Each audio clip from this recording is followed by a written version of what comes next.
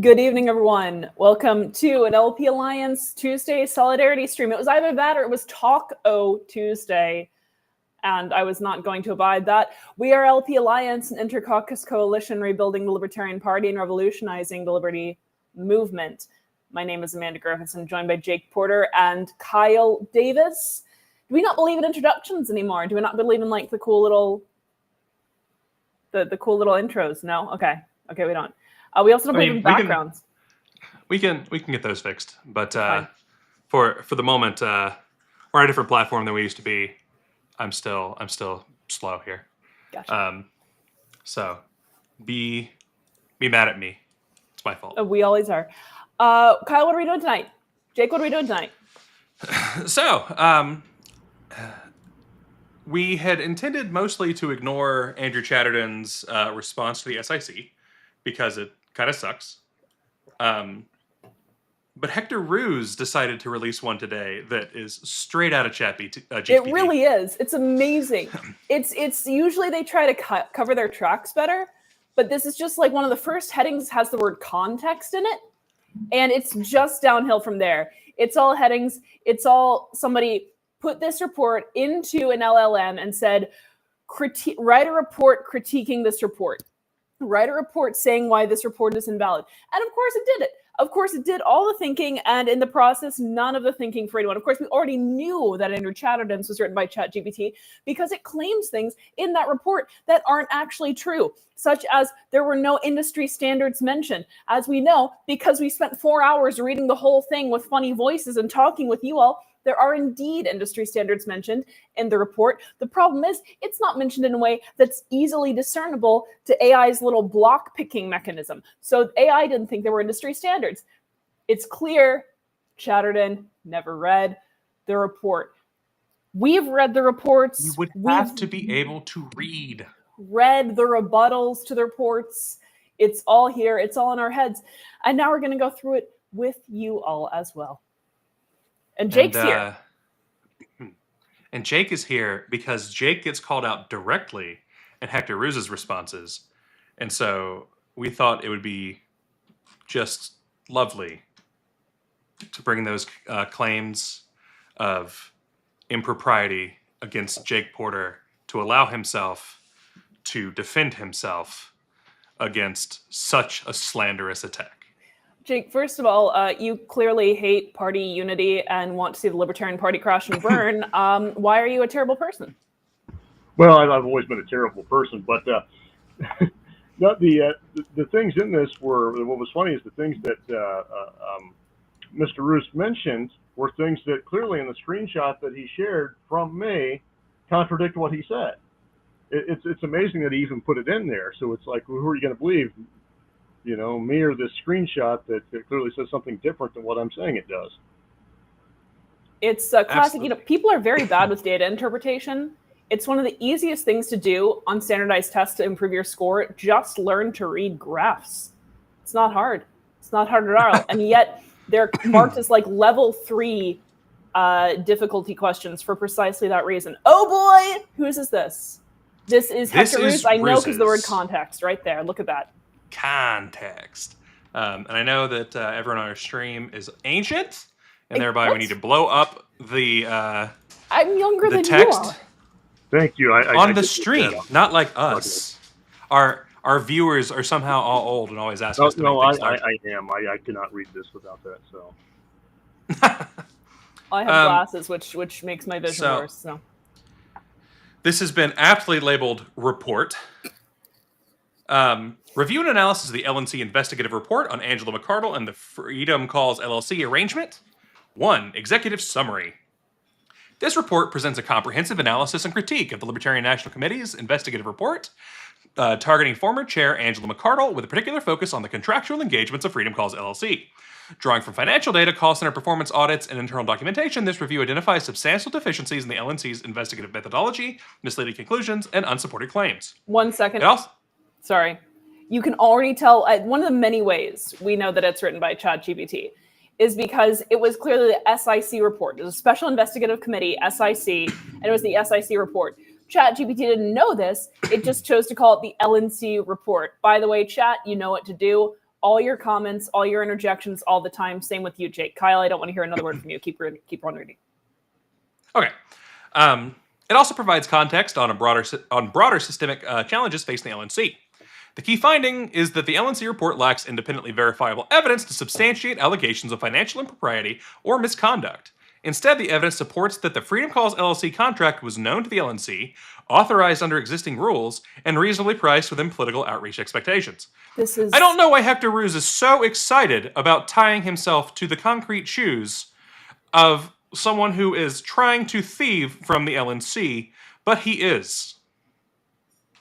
I mean, nobody is saying that the Freedom Calls contract was not known to the LNC. Once again, this is so badly written by AI. Even AI couldn't find a problem with this report. So it just said the LNC did not exercise appropriate oversight. No kidding.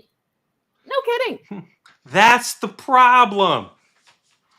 That's the problem we're trying to fix. We have a party that is simultaneously far too strong and far too weak. And we need to work on this. All right. Now can we get into context? 2. Context and background. Contractual authority and transparency. The LNC initially granted Angela McArdle the authority to enter into vendor contracts. No, they didn't. The bylaws are not the LNC. Including with Freedom Calls LLC. No, they didn't. Because Freedom Calls LLC was just Austin. Without needing prior board approval. No, they didn't. It's part of the policy manual. Swing and a miss, strike 3. Your first sentence, you've already fucked up 3 times. Incredible. This contractual relationship appeared in monthly LNC financial reports. It didn't say that it was going straight to Austin Padgett, did it? Federal Election Commission filings, where it didn't say it was going to Austin Padgett, did it? And was the subject of public debate by the board, which didn't say anything about it being Austin Padgett, did it? Furthermore, the 2025 LNC budget explicitly included a line item for the continued use of Freedom Calls LLC. That's one of the problems that is addressed directly in the SIC and is in no way evidence of something that isn't bad. I want to address something that Phil is saying, which is that bad oversight only matters when you have bad actors. I'm going to argue, Phil, now tracking over Jake's face, I'm going to argue that oversight does matter even when you have good actors, because oversight is good for coordination. No, that's so much better. Thank you. It's better than it was before. Even when so it's good for coordination. You want to be able to know what member parties, or rather state affiliates and individuals, are doing so that you can help amplify their efforts. But I understand the general sentiment that yes, it's, bylaws and good oversight can only be as good as the people who are doing the oversight as well. That much is certainly true.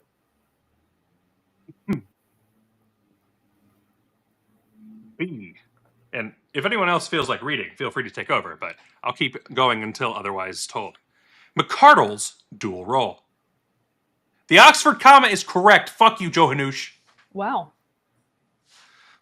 McArdle's dual role. During a portion of the contract period, McArdle also served as the unpaid executive director. This dual role placed her in a position to manage staff and vendor contracts, including Freedom Calls LLC, without violating any financial limits or procedural guidelines set by the LNC. No, it does not, because she is still the chair. Adding, as someone who works in the sphere of IT, whatever you include software developer, sign SREs as, the concept that wearing a different hat means you get all the permissions from this hat plus all the permissions of this hat, rather than it being a subtractive set of permissions for whatever you're doing, is laughable. Absolutely insane. She needed to follow all of her rules for her chair hat, and anytime she needed to break those, needed to hardcore make sure she had oversight of it. She actively worked to hide it. That is a failure as a human being, Angela McArdle. I'm mad and sassy about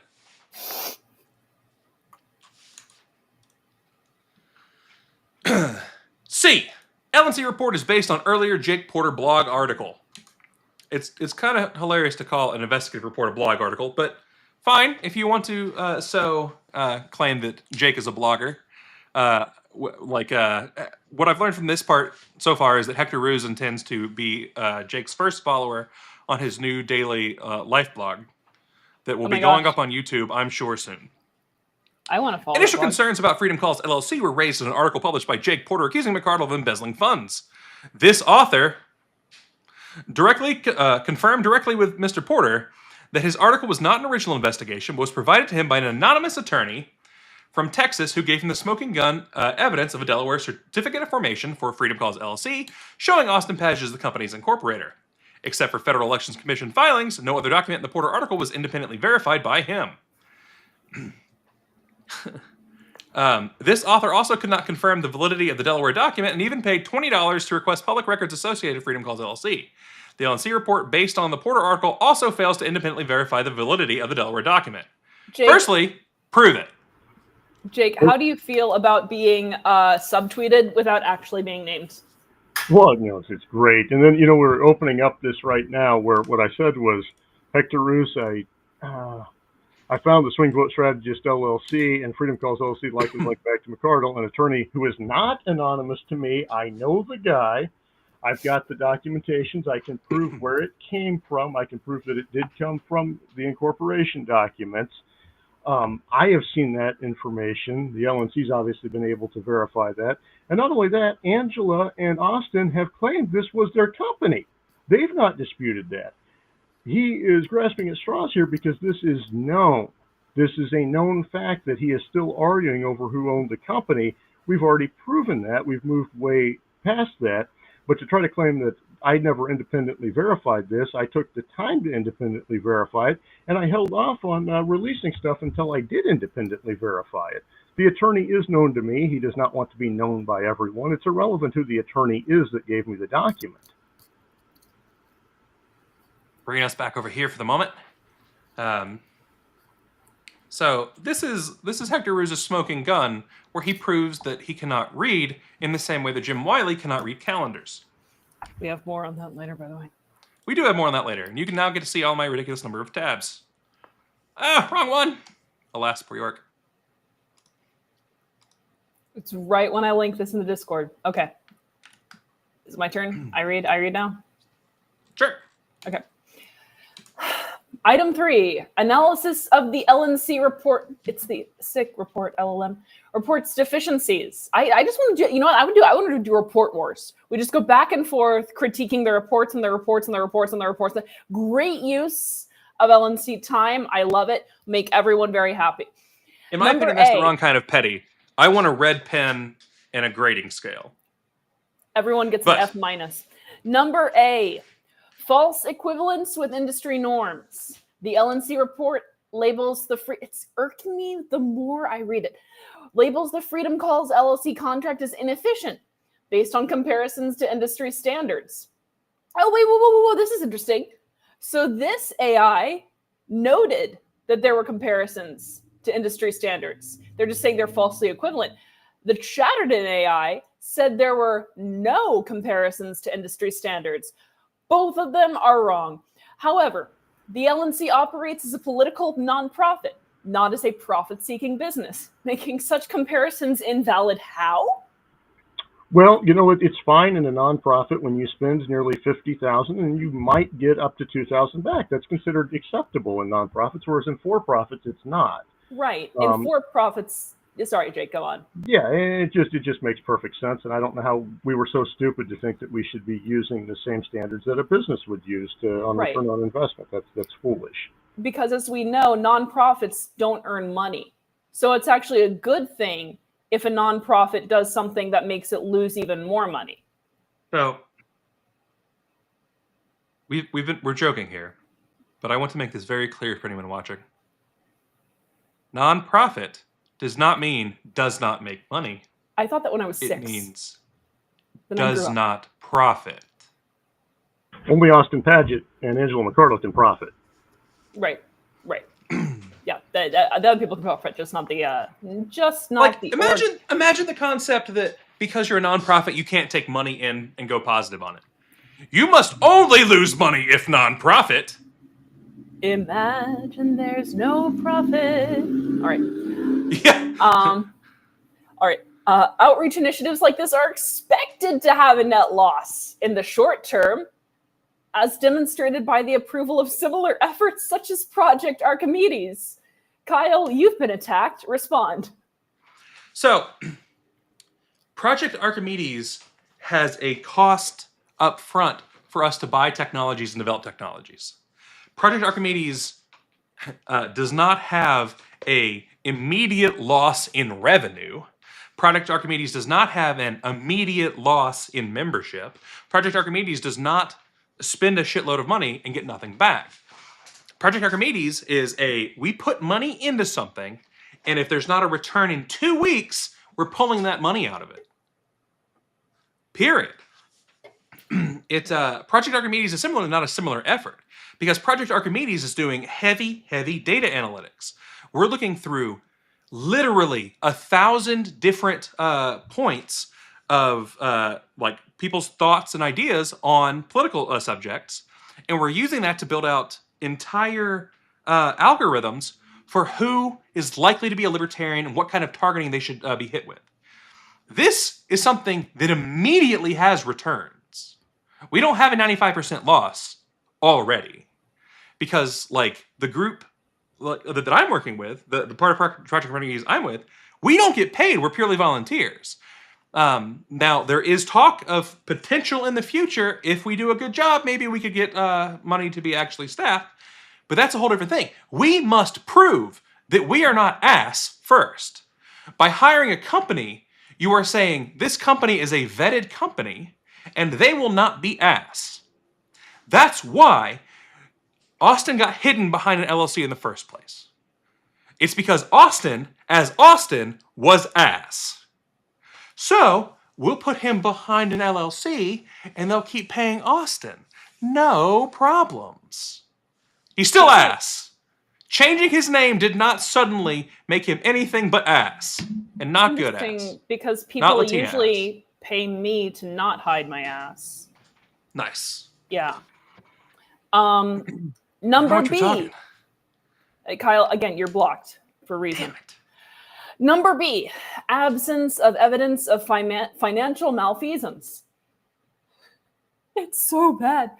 By the way, John, yes, we are saying it was very obviously written by AI and then lightly edited by Hector Roos. The LNC report suggests McArdle may have benefited improperly from the Freedom Calls LLC arrangement. However, it offers no proof that McArdle or Paget had ownership of or financial interest in the LLC. Other than the part where they literally had texts confirming that they bought. Kyle, AI reads things but with blocks of data, okay? It doesn't actually know what it read, so you're going to get errors like this. The LNC report makes mention of a Delaware form that was not from a verifiable source. Also notes references to the Kennedy Victory Fund, the use of the same post office mailing address by Paget and a contractor. Number C, misleading claims about LNC awareness. Despite assertions in the LNC report that the LNC lacked knowledge or approval of the Freedom Calls LLC contract, extensive documentation of budget actions contradict this. As noted in the LNC report, conversations between board members, financial records, and the inclusion in the annual budget all demonstrate transparency and ongoing awareness. Okay, so this is laughable too. Please. Because, so they have a contract with him in January 2024. The contract is ended in February 2024. A company that he incorporates happens to contract with the Angela McArdle. There's no actual written contract, but there is this offer letter from a Peter, who we don't know who is, that no one's ever identified, that now starts to get this money.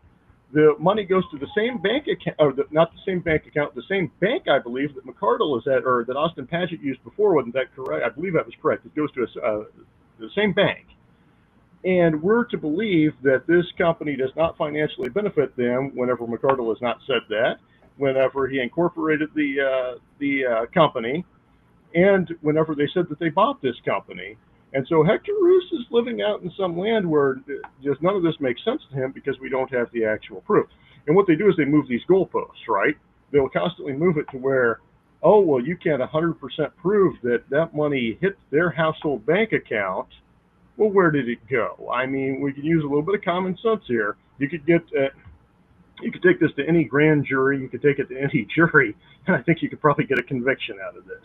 This is ridiculous. It is idea. Clearly beyond reasonable doubt. It's clearly beyond reasonable doubt. It's not been denied, and in the Chatterton report, he even puts in there that it's not. He tries to claim that it's not a valid report because Austin and Angela refused to be a part of the investigation. They refused to give any testimony to it.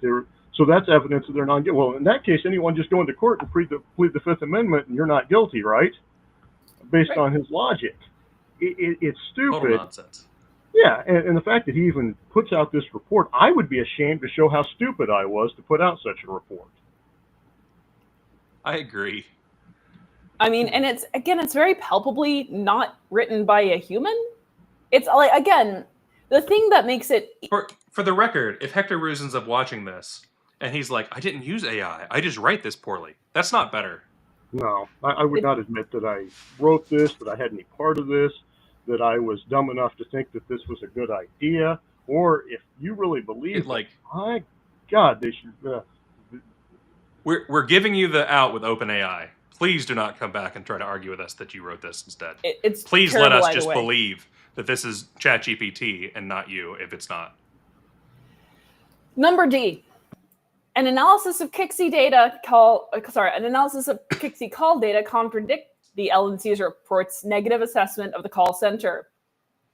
Factoring in realistic connect rates and wait times, the effective hourly rate paid for the calls, $23.73 an hour, falls within industry norms. The LNC Hold on. If he can use ChatGPT, let's go ahead and ask ChatGPT. Kyle, don't make another video of people hugging Bichon Frises, please.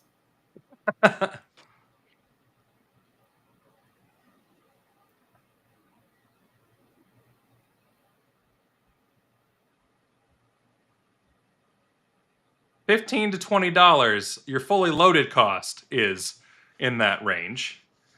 And these are United States domestic. Offshore, Philippines, where Angela McArdle has admitted this is $6 to $10 an hour. This is the number that matters. These agents, which we are paying one at a time, should be making $3 to $6 an hour, and the fully loaded costs should be between $6 and $10 an hour. We're paying almost $24. Now, this already assumes that your call center workers have the ability to speak English, which these ones did not. It assumes they know how to use software, which these ones did not. It assumes that you have the ability to leave a message, which these ones did not. It assumes you have recordings ready and everything else, which these ones did not. Period. So it is at least 2.5 times what it should be.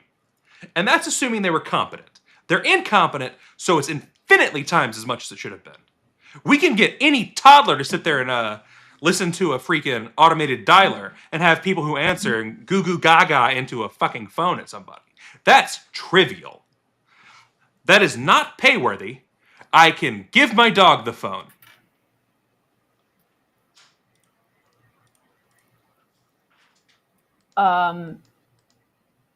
Just had a stroke of genius, so I'll have to remember it for later.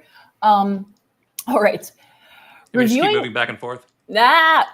Reviewing the publicly available monthly LNC financial statements for the life of the Freedom Calls LLC contract shows that fundraising membership program revenue stabilized and then fell after the contract was terminated in January 2025. That's patently false, is it not? Well, and also, why would fundraising fall after the chair is accused of embezzlement? That might cause the fundraising to fall. Also, it might cause it to fall when there's no election this year and there's no Kennedy Victory Fund that the party can take money from. Yep. And it's not like revenues hadn't fallen the year before or the year before that. I mean, revenues have been steadily falling ever since the Reno reset. Right after, I mean, it went up, I think, right at the time of their takeover, and then immediately went down. So, I am. I am checking that one. Oh, right. He has a absolute hilarious thing there. So if you can read that one, I'm going to look at the membership or the donation data. Number E, creative editing of LNC reports. There are signs that the original LNC report was modified to reduce its length to 94 pages. Yes, we're going to have a more extended release later, so let's all get ready for the director's cut of the SIC. An examination. Can you imagine that your argument is, well, we haven't seen everything, even though there was a committee that seen everything, and thereby everything should be ignored. Lack of evidence is not evidence of absence. Obviously. Oh, right. Sorry, I keep on. Okay. I'm writing policy. Okay. This is an examination of the report itself shows that page margins were significantly shortened. This must have been the part that he wrote. And font size was reduced to 11 point, which otherwise could have made the report over 160 pages. I write an 11 point by default because 12 point font looks monstrous and gross, and I hate it. 11 and 11.5 should be the industry standard. Speaking of those, this is, and by the way, 11 point does not, when raised to 12 point, when lowered to 11 point, does not cut font size in half, or rather cut page number in half. In a similar thing here, claiming that it was 160 pages, we read it in 4 hours while doing silly voices and analysis. Well, and I'm amazed that he has still not had a chance to read these pages, even it being 160 pages in the several weeks after this report was released. Because it's demonstrated to me that he's still not read the report. And he's still not actually read the screenshot from me that he just shared. He's still not comprehended that. So if he can't read a paragraph or 2 paragraphs, I don't know how he can, understand a 94-page report or a 160-page report. Maybe they need to have more drawings in it. Maybe that would get the point across. Just as long as they're not charts, which you can't read. This is important since there is discussion from LNC members who did not have enough time to read and digest the information in the report before the meeting. As we just told you, it took us 4 hours to read it out loud with funny voices while interrupting it for commentary. There is no excuse. You had 2 days. There also seems to be an abrupt transition in the LNC report starting in page 84, where there's purported to be a summary of interviews by Hannah Kennedy, Matt Hudson, Drew Freha, Michael Heiss. No? Carrie Eiler, Todd Hagopian, Jake Porter, Matthew Sanders, and Adrian Malagon. There is no specific mention of these interviews aside from Adrian Malagon from pages 41 to 57 as part of the Kixie audit discussion. Did they claim that they'd interviewed Michael Heiss? I thought he turned down an interview. I'm pretty sure that he turned it down, and I'll check. I believe so. I could be wrong. But furthermore, even if they did, it's not relevant to the investigation. They Right. gather information. It's not relevant to put in a whole bunch of irrelevant details in there, or things. It's just extra stuff. Right. And he's already upset. Interviews were conducted with Heiss. Okay. Specific verbiage here is interviews were conducted with Hannah Kennedy, Matt Hudson, Drew Freha, Michael Heiss, Carrie Eiler, Todd Hagopian, Jake Porter, Matthew Sanders, and Adrian Malagon. So his quote is correct. Okay. From an overview of a web page project starting on page 88, there is an abrupt transition to a few pages of conclusion and recommendation, potentially indicating removal of additional details to further shorten the LNC report. What does that have to do with anything? I don't see that being relevant. I think what you're supposed to get is that, there was exonerating information and they cut it from the report. I think that's the implication, which is going to be funny when they release more of it. Kyle, are you still researching? Someone want to take item 4 or letter 4? So Austin Martin poked us in our social media tab in LP Alliance, because Austin Martin is a part of LP Alliance. And his point he pointed to this counter report PDF, this Hector Ruse report, and he said that he found it compelling, but he doesn't think Cheddar had anything to do with this one. He wrote his own. We have both of them open. Neither one are intending to go compelling. through They are both ignorant. They are both moronic. Neither one of them are compelling, nor do they address anything in there. I'm sorry. I don't want to be rude here, but neither one of them are good. If you think this is compelling, I'm sorry. If you're looking at Hector's report there, Austin, the one that you linked, if you click into his claim about Jake having an anonymous lawyer in Texas, you will find the lawyer is not anonymous. He's known to Jake. The lawyer asked not to be named publicly. And so he is anonymous to the public, and that is all. It'll be the last thing you ever do, Heartland Newsfeed. And that quote has now been clipped and screenshotted. It'll be the last thing you ever do, Sarabella. And that expression has been clipped and screenshotted. Sarah, you still have admin access to both websites. No. Curls MT only for this girl. Okay. But in here we use Kiev type serif. We do, because I demand it that way. Kyle, do you want to read? Does anybody else want to read letter 4? Should I go on? Okay. Item D, broader organizational concerns. 1, structural governance failures. The LNC's governance model has deep dysfunctions, indicated by the release of the LNC report on McCardle's activities, which were damaging to the LNC as they were to McCardle. Yes, they were, which is part of the reason you should be thinking, man, maybe this report, where they investigated themselves and McCardle and found fault everywhere, is not something just to put it all on McCardle. The organization suffers from a lack of clear performance metrics and planning tools. Yes.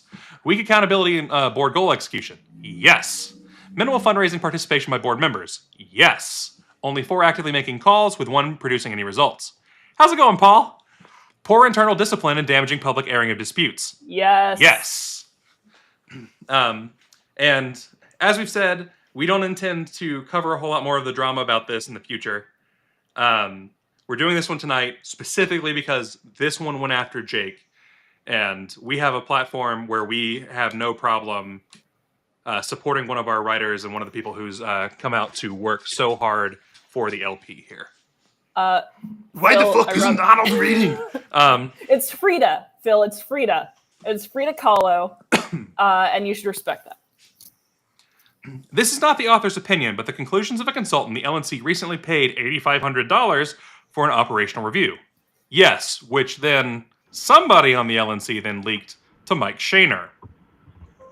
I'll bet that was one of the people that was voting for this to be adopted, and not someone out of maybe Michigan. 2, comparative analysis of McCardle's fundraising role. McCardle played a significant role in the LNC fundraising efforts, yet the LNC report fails to acknowledge or assess this. A fair analysis of her tenure should balance any perceived shortcomings with her demonstrated fundraising contributions to strategic leadership. Again, from the level off after Joe, when the Reno reset happened, we have lost over 45% of membership and 2/3 of donations. Over 60% of those donations were lost before Chase was named as the candidate. So we actually see the falling slow down once Chase is announced for both membership and donations. Yes, we continued to lose conservative libertarians after Chase was nominated, but up until that point, where we had lost over 40% of donations and over 60% of, other way around, 60% of donations and 40% of membership, utterly on McCardle. McCardle's LNC. This was an LNC that was handpicked by McCardle and Heiss. The people who were on it, other than basically the Region 3 reps, because the Region 3 stood hard against the Reno reset, are people that McCardle had backing her. She had everything she needed to push anything she wanted through. If her efforts lose 2/3 of our membership, donations, 2/3 of donations, and 45% of membership, that is on her. Shit flows uphill. As soon as it comes into it, the person at the top is the one responsible for it. If she wants to say that staff was a problem, fine. blame staff, give explanations, cut that staff, and put better staff in. Instead, staff were replaced and, well, not replaced, I'm sorry. Staff were cut and never replaced. And all the profit that staff was bringing in was done away with. Hector Ruse has pointed out that we can ask him questions. He is in the comments. So, due to lack of board support, McArdle took it upon herself to organize the 2024 LP National Convention, which was profitable and earned media success. It lost $500,000. It lost $500,000. That's not profitable. Now, you can say the convention was profitable and Trump cost us a shitload of money, but you know who asked for Trump to be there? Also McArdle, which was considered part of the financial problems with the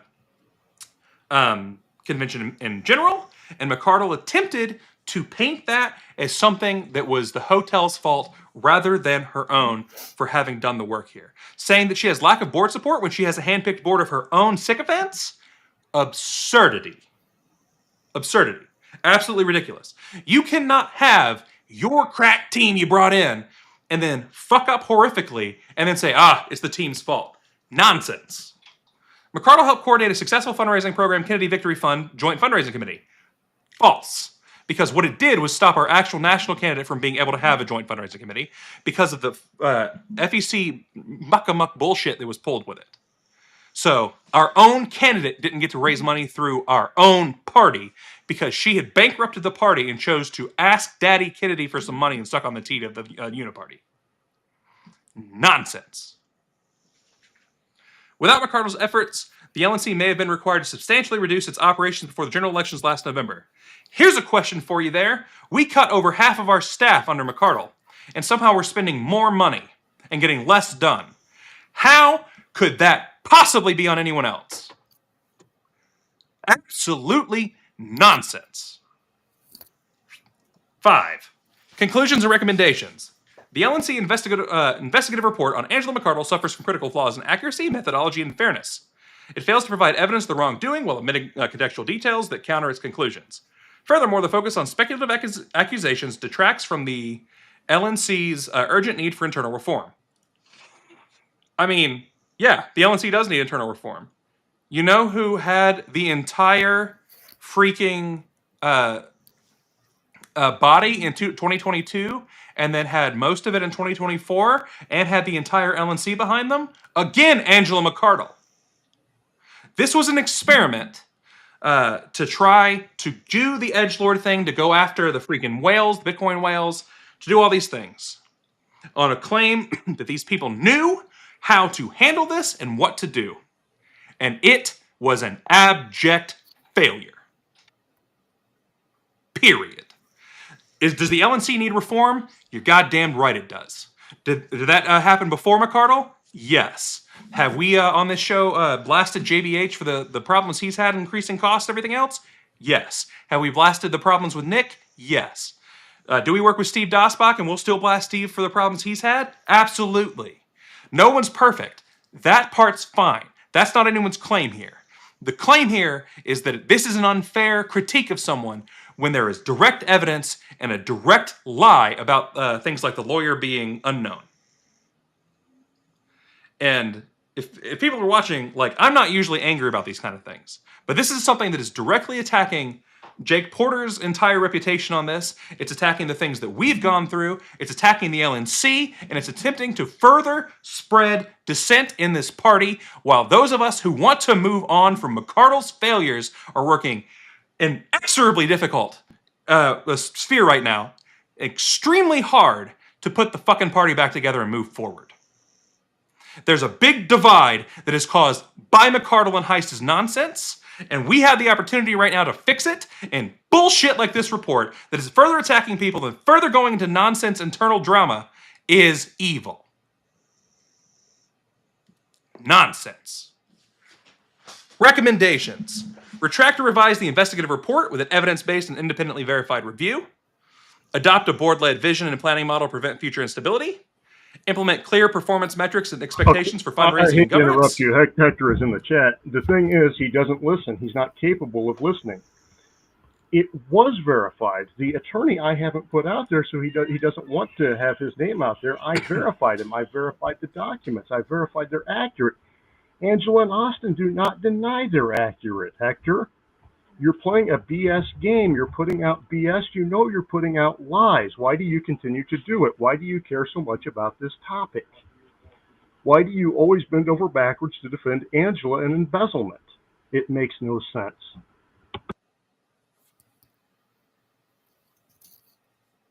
And finally, prioritize professionalism, transparency, and restraint in addressing internal matters to rebuild credibility with members and donors. Retracting the report when the report is based on actual evidence that we can see with our own eyes, that is verifiable, and is trying to be smeared in the name of trying to protect a person is nonsense. This party is a voluntary collective that is bigger than Angela McArdle, Michael Heiss, or any other of the people here. We have all signed on to this thing to work together for something. Because the people who are here are working in solidarity against the authoritarian nonsense at the government level. We are people who are coming together to fight for something. Angela McArdle went out of her way to steal from this collective, to go out of her way to cause huge problems for years, and then to suck the dick of the Uniparty themselves. The very people that we say and stand upon the grounds that we are fighting to the end of this. Hector, the documents are with the state. They have been released. They are verified. If they weren't verified, Angela and Austin wouldn't have claimed they created the damn company. I don't know why you want people to think that you are stupid.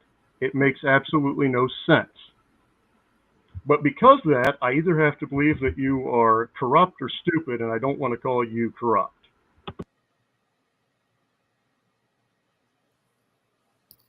We keep hitting at the same time. I'm sorry, Amanda. I am in charge of hitting the button.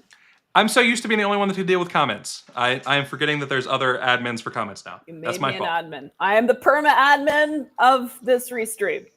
Amanda is trying to kick me out of everything right now. And so if I disappear, it's because I was murdered. Not Kyle has made threats to certain... Hector, it's a single owner LLC. And they've claimed... With Austin Padgett on it. The LLC is literally only Austin, by his own word, that he signed to the government. That doesn't get any more literal. And Angela has plainly responded to other members of the LNC, saying that they bought a call center with only 2 people in it, but apparently there's also kind of a third person with Peter, in the Philippines. I do want to thank Hector for coming on. It's not fun to be in a lion's den in the chat, and at least you are here responding. No, seriously, it helps, and it's good to have you in here. And I just want to acknowledge that it's helpful to us to have you here responding and listening to what others have to say as well. The incorporator of a sole proprietor LLC must be the sole proprietor. Or it must be someone who is preparing the documents on behalf of the sole proprietor. It does not say, nothing is signed in the area for anything other than the sole proprietor, which means Padgett is that LLC. I'm fine with inviting Hector to the stage. Is that fine? I don't have an issue with it. All right. Hector, you have a message directly from the LPA account with the restream if you'd like to step up and speak against it.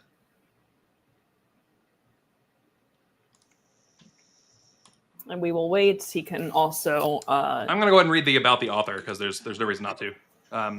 Hector Roos is a real estate professional and consultant with nearly 2 decades working with issue and candidate campaigns at the local, state, and federal level. The LLM is not named Hector Roos.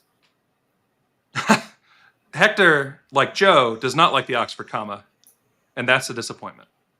Or, this could be ChatGPT, like we pointed out multiple times.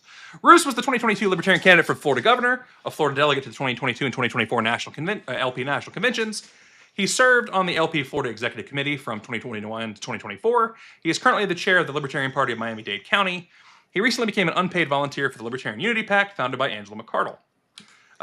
To show how good this is. Have we checked lately? We have. When we made fun of it being a HostGator page, it did get fixed later that day. And by the next morning, was broken again to this does look point. slightly less broken now. It's like before you And- couldn't even scroll down. It was just like like a little box that had a video playing in half of the screen. Right. This is a link to the About page. Oh, this is the whole menu. You can kind of see it.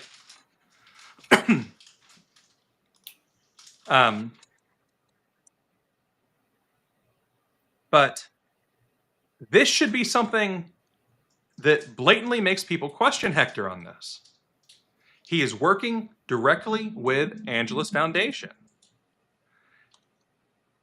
In 2024, he was an unpaid volunteer and co-founder for Libertarians for Kennedy, which sought to expand the influence of the Libertarian Party and libertarianism through strategic partnerships by selling out our own candidate directly, as was already explained in this.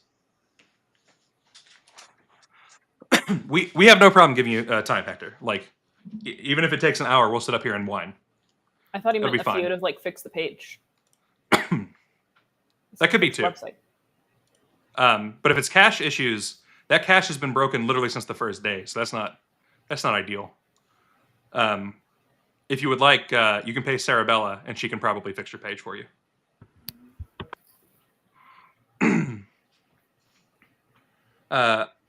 Appendix A, allegation versus response.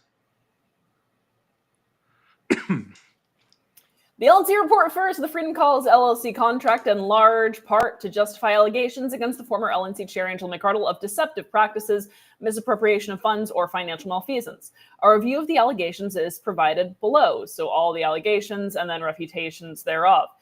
Allegation number A. McArdle did not execute a proper written contract and bypassed required legal counsel review. Response, letter 1. McArdle was authorized, and there is a thing that prevents me from being able to read that. Okay, to enter into agreements with contractors based on a simple statement of work rather than a detailed contract.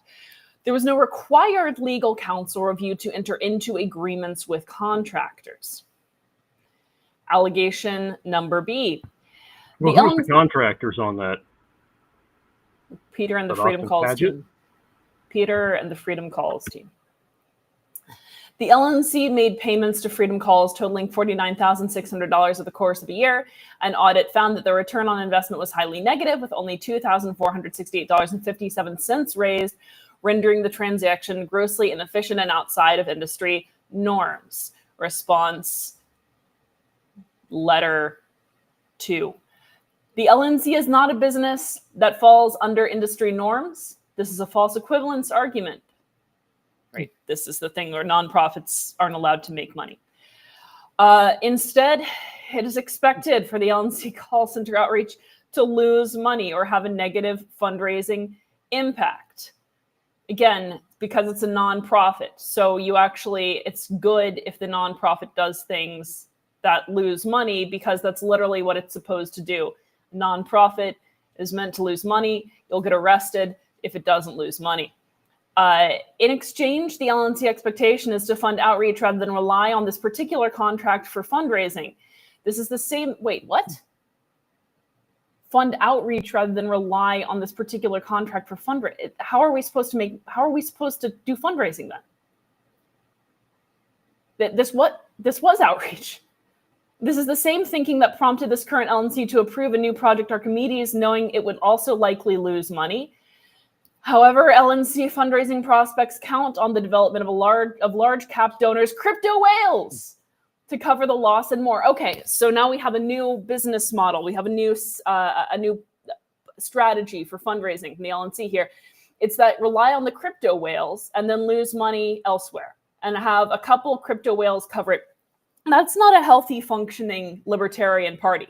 That's basically saying let a couple rich people buy the party and then do whatever you want. That is not... I am the crypto whales. Thank you, Lisa Frank. It's not Lisa Frank. It's Stray Obscura at artofso.com. Hector Roos has joined. Hello, Hector. Hey, everybody. Thanks for having me. Thanks for being here. Hey, man. Who wants to go first? Or maybe Hector wants to go first. come on, Well, sure. I mean, the first. Thanks for having me, guys. Yeah, man. The first thing I noticed regarding this particular report, can you guys hear me okay? Yeah. Yeah. You're coming Okay, through. sure. You sound as good as Jake does, at least. I'll take that as a compliment. The It point sounds is like that it might the be a first thing phone or something was the only point. It's no Let big deal. him speak.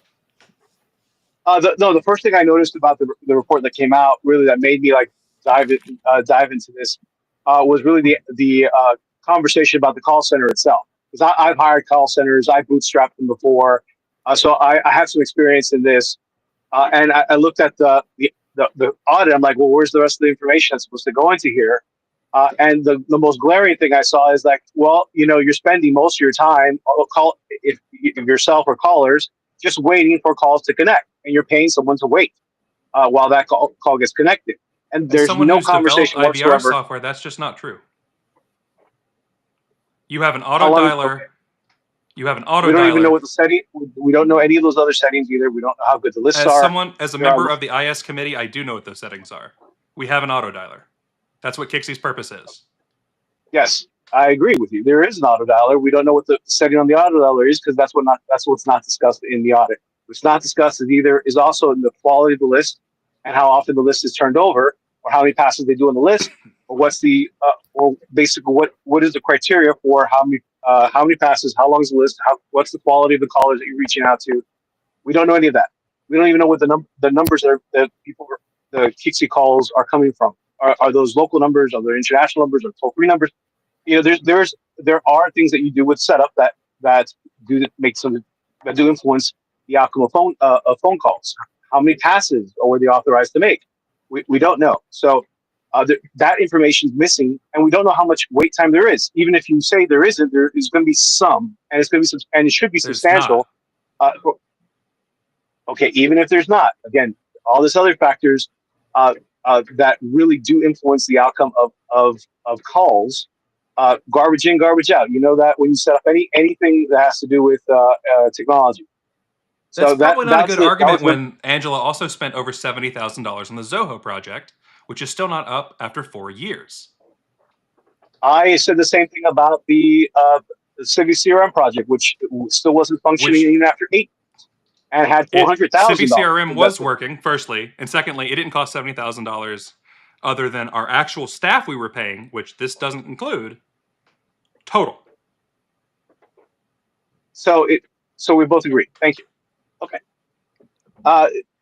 Again, so that's the reason why I got into this in the first place, was just looking at that audit itself and going, well, where are the other numbers that pieces that should go? Why? Because I guess the major issue is if this was set up to be such a crime scene, right? Why are so many people involved in it? Right? So there's something odd with this picture, and that's what I wanted to dive into, because if like you said, actually I think I heard it earlier, she had the board with her, she had recruited this dream team, they're all there, and then all of a sudden, like there's like a Heckle and Hyde moment, right? Is that right? Is that really what we're talking about? Maybe that's a bigger question to ask. But the reality is that I'm here just to comment on the report, and the report had some things missing in it. And whether you like it, those are the legitimate concerns I have. That you have spent, the LNC itself has spent so much time on talking about someone who's not on the board anymore, and they have other better things to do with their time. Because she was asked to resign. She's not there anymore. She was asked to resign. Is she there? She's not there. She's not there anymore. She wants to be back. It is now. She's already said she wants to be back. Okay, so now you're admitting that the report is a political report rather than an actual report that serves a purpose. Then you're why are you turning it into internal politics? That's something you should probably try to get back and maybe prosecute. You're 100% right, Jake Porter. If that is actually the case, then that there should be some type of consequences for that. But this report does not say that. This report says. Who did you pay $20 to? State of Delaware to pull records. I didn't get that. That's why you get it through a third-party service, but and attorneys can get that. That's wonderful. You should also tell the LNC. Well, actually, they say in the report they claim that they interviewed you. Did they? I don't Yes, know. they did. Yes, they did. Because then did you tell them how to actually acquire the information independently? Yeah, and they can do it. And I'm they sure and they didn't. They did not do it. So they're. I mean, it bogs the question. Like I'm here. I'm like, why didn't they? They just suspend the simple. They already have an onboard attorney who can probably do that, just like you indicated. But they didn't even do that. So there's a question here of like the completeness of this report. There are holes. I don't. Obviously, I believe the LNC is they're going to do their due diligence. They should do it, but they shouldn't try to say that this is a complete report with all the facts and had ample time for questions to be given. And I think this is a horrible way to do business, especially if you're asking people. You know, honestly, I had a conversation with Dr. Phillies about this because I 100% was inspired by his question that came out a couple of days last week, which was if they're going to put out such a glaring admittance of their lack of financial control, why should anybody trust them ever again with money? I mean, whether it's and by the way, so that's a legitimate question. So What's Hector, that? you're bringing up a lot of things, and I want to try and go through a few of them. In the first place, I think we're all in agreement that the LNC did not practice adequate oversight. I don't think anyone here is going to disagree with that. You brought up whether this report was political.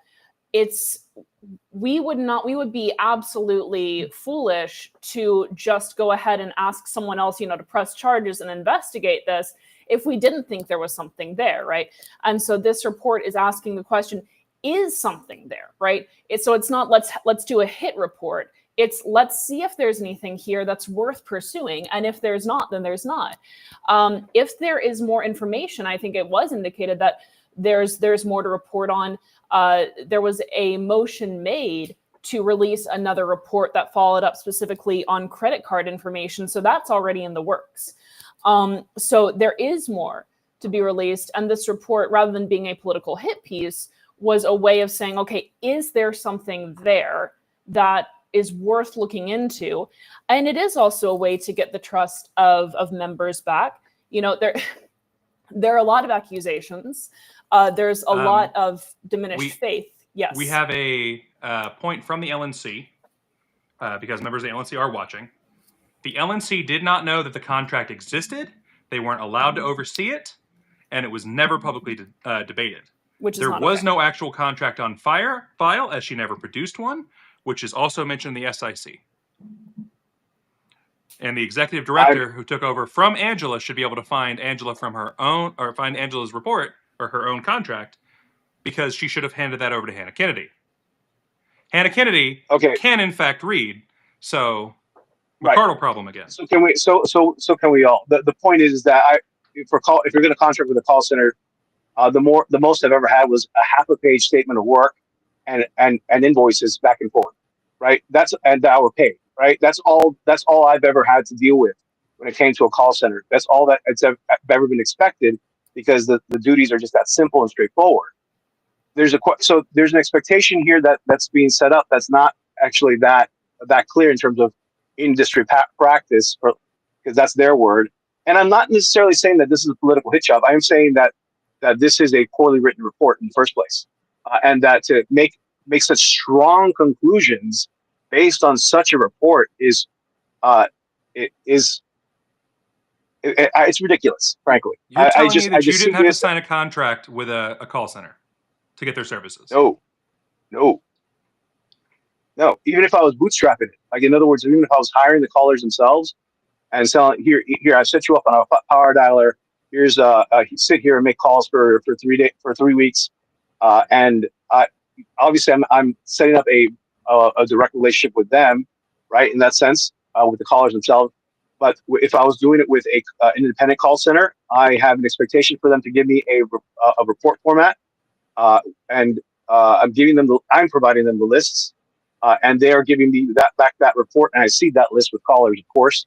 That's where you have the control for on the performance side of it. I mean, this is also a business owner. The thing that you're saying is ridiculous. You're saying that you put out an RFP for a call center, and that the first call center that came back with no other things in your report on your call center, you accept them.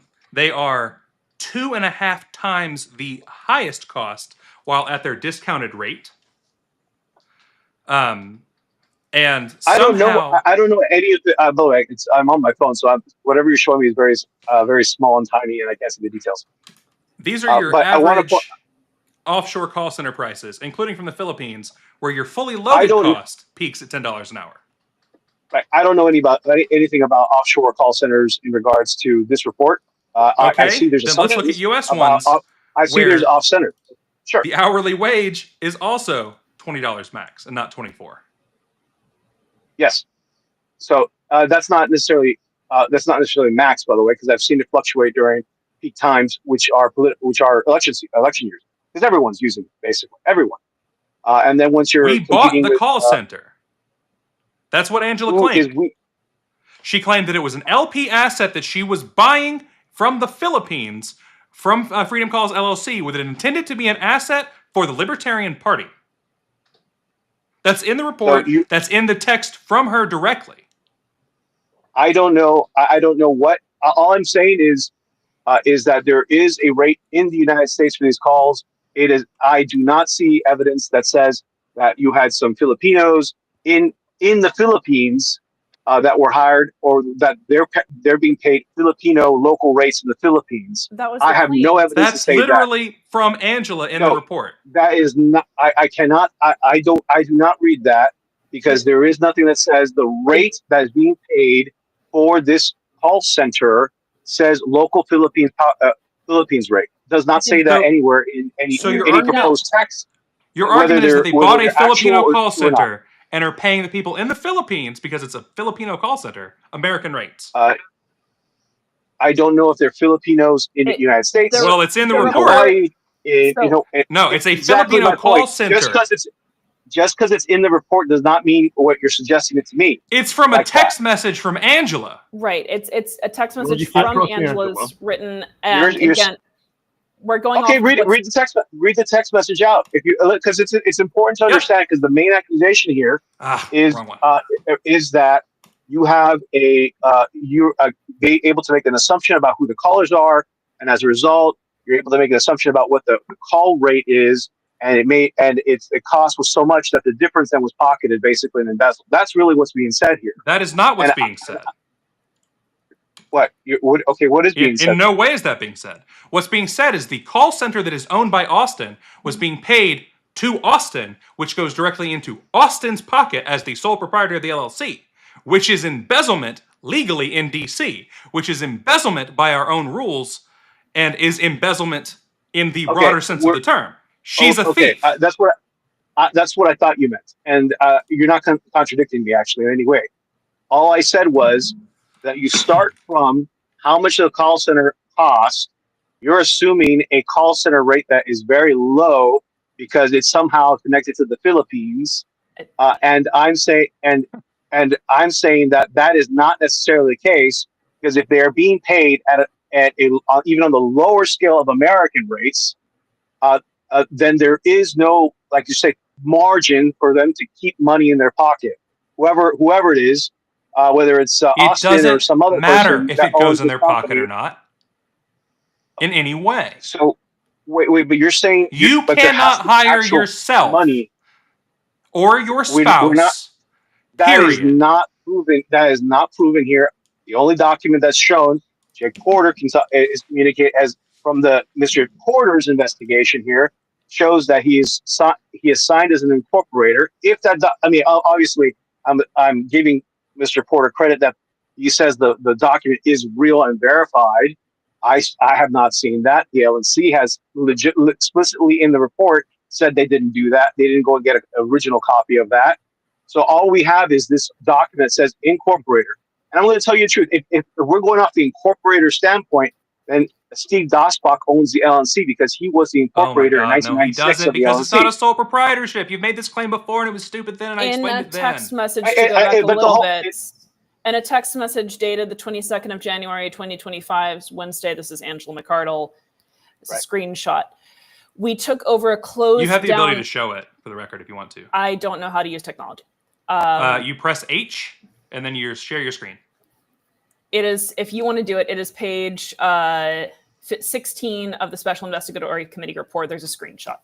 Cool. Somehow I missed it in my quick scroll. We took over a closed down call center overseas, hired callers and put them to work. That's what it is. Elsewhere, it is referred to as a call center in the Philippines, and I'm trying to find that now. Right here. We took over a closed down call center overseas, hired callers, and put them to work. That's what it is. The call center is a physical location in the Philippines. So unless they hired Americans and shipped them to the Philippines, which would be laughable. No. That's not how that works either. There are a lot of call centers that operate virtually as well.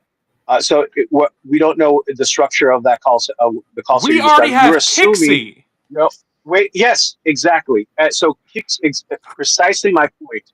So what are you talking about? A call center has 3 moving parts, right? The 2 that are functional here are someone who manages it and someone who and the callers themselves. We do not, just because you hire somebody who has experience in a call center and whatever that really means, a closed call center. Does that mean that you're hiring somebody who has managed virtual callers? That's how that may be what it sounds like to me. In other words, because otherwise we don't have any of the information in this report. That's why I'm saying the report is deficient, because we're making guesses as to the structure of a call center, and we're making guesses. You're making the argument that maybe the sky isn't blue because when you look outside, there's a cloud in the way. That's fucking nonsense. I don't know if you noticed, but right now, for me, the sky looks more black than blue right now. In Hector's life right now. Yeah, I mean, that's the point, right? There's a perception issue here, and there's what are your eyes telling you? I mean, you have certain beliefs, and I respect that. And you have certain goals with this. I can respect that. She tells you what it is. But that does not define what it just, what is our interpretation of that, right? That is not an interpretation question. It's pretty clear. It doesn't sure even it is. Interpret it. She says there has to. Okay, I interpret that you're a cow. That's a useless thing. I interpret you're a bird. We're talking about. There's a question here about what does that's driving this conversation. That somehow they had such low cost callers, and all this money was made as a result. Rather you than all keep saying that, and that's irrelevant. It doesn't matter if money was made. Yeah. Then what's the money that got embezzled? Is that according to your allegation? Just because you spend it on something once you embezzle it does not mean that it's not embezzlement. You don't really know. So you don't know how to answer that question. Thank you. I did answer that question directly. You can't answer that. You can steal money and buy from the same business, and it's still stealing, Hector. What? Listen. If I go steal a Ford F-150 and then I sell it back to them, I have still stolen it. You're making. The question is that you're saying there's a premise here of what was stolen, and you're saying it was money. I'm saying, okay, well, how much money? You can't even tell me it was $47,000. And now you're saying $47,000 based on I suppose it was because of this call rate that exists out there, and it involved this much time. No, it is not. It's based on the amount of money that could most generously be given to the callers. They do go $2,500 out of 50. They do go through the calculations in the report, and they say this is a conservative estimate of how much would have been embezzled. Yes. So, in appendix B at the end of the report I prepared, I say, well, just taking the same data and saying. Did you prepare this report or ChatGPT? I prepared that report, sir. So the question is, so there's the question is what there's deficiencies in the report that. Because the Kixi audit is really just incomplete, right? So there's a question here about, in any call center, you don't like to, apparently when I say that there is call time embedded into how much this, there's other issues or setups that go into a call center, call is phoneless quality, the setup of the call power software with Americans behind it. I know what that market rate is. Yes, it's nowhere near $29 an hour. That's laughable. I did not say.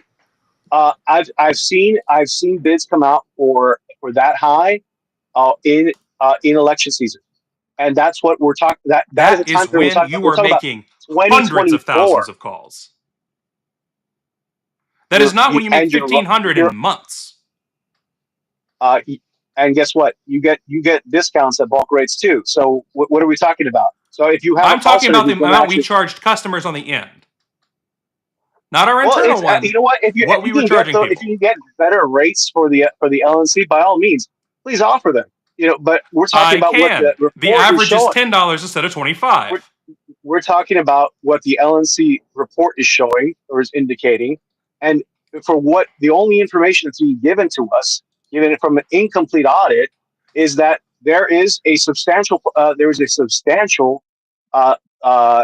sign here that it was utilized or underutilized, and the only way to calculate, you can calculate backwards from how much was actually paid from the actual data, how much actual live time was actually reported in Kixie, and what you can estimate as a connect rate. We can work backwards and get that call rate. Well, you can't even. They don't even do half this much work in the actual report itself to get to the conclusion that they're drawing. And so, and it extends to how much you're suggesting is supposed to. It does not matter if it was $0. That's what you're missing here.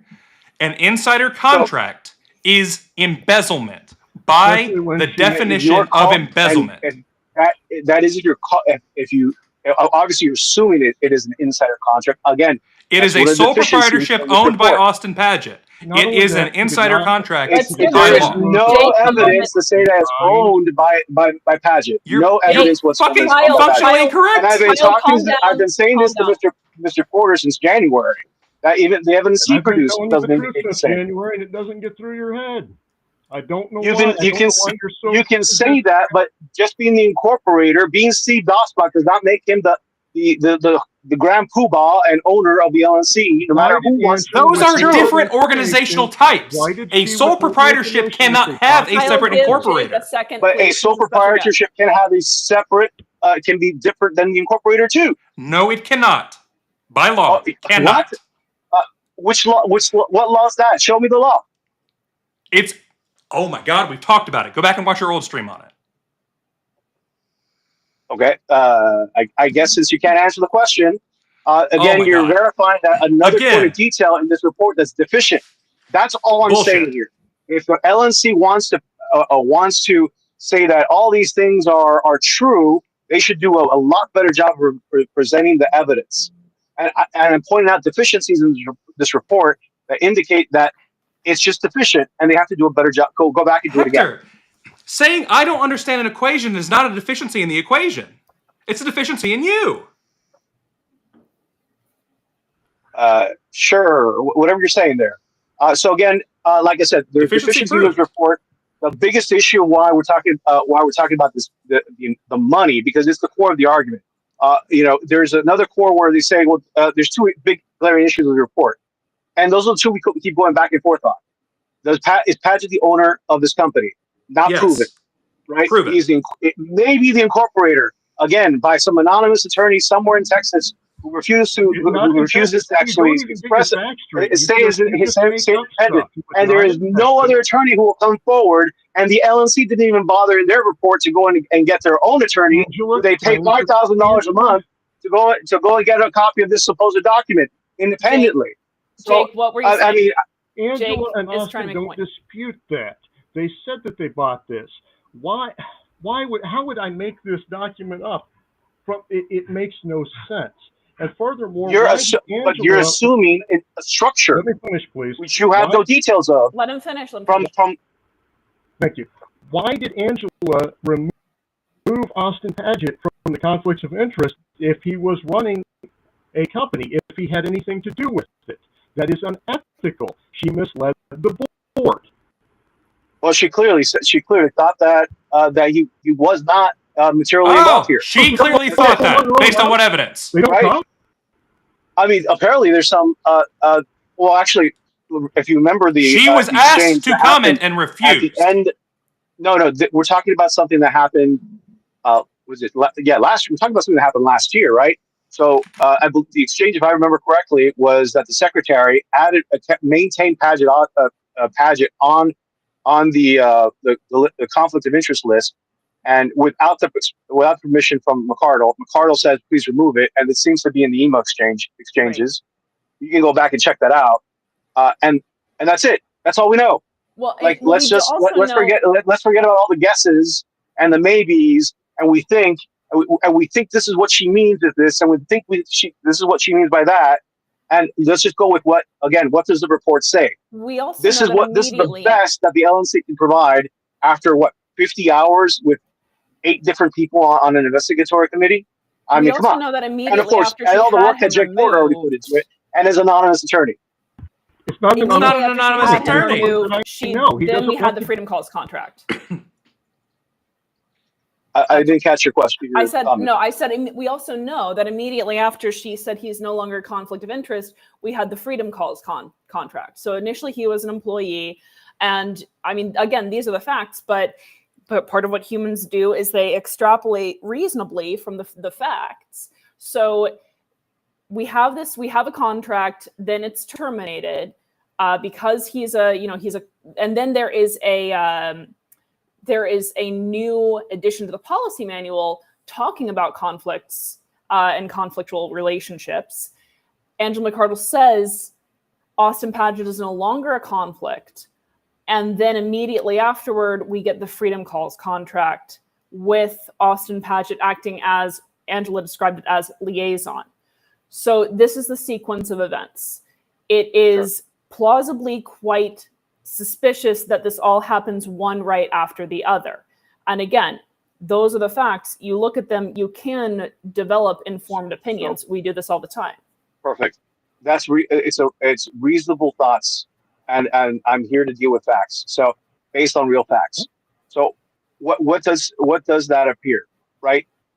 If Padgett is obviously still someone involved, there is a question of does that violate the new rule that was imposed there regarding you have to report a potential conflict of interest. I don't, you know As what? the LNC rule I'd have to look at that. ago. If that is the worst of this, that is not embezzlement. It's not financial crime. That's not any of that, right? So that's like, and if that's where you're gonna hang your hat on, congratulations, right?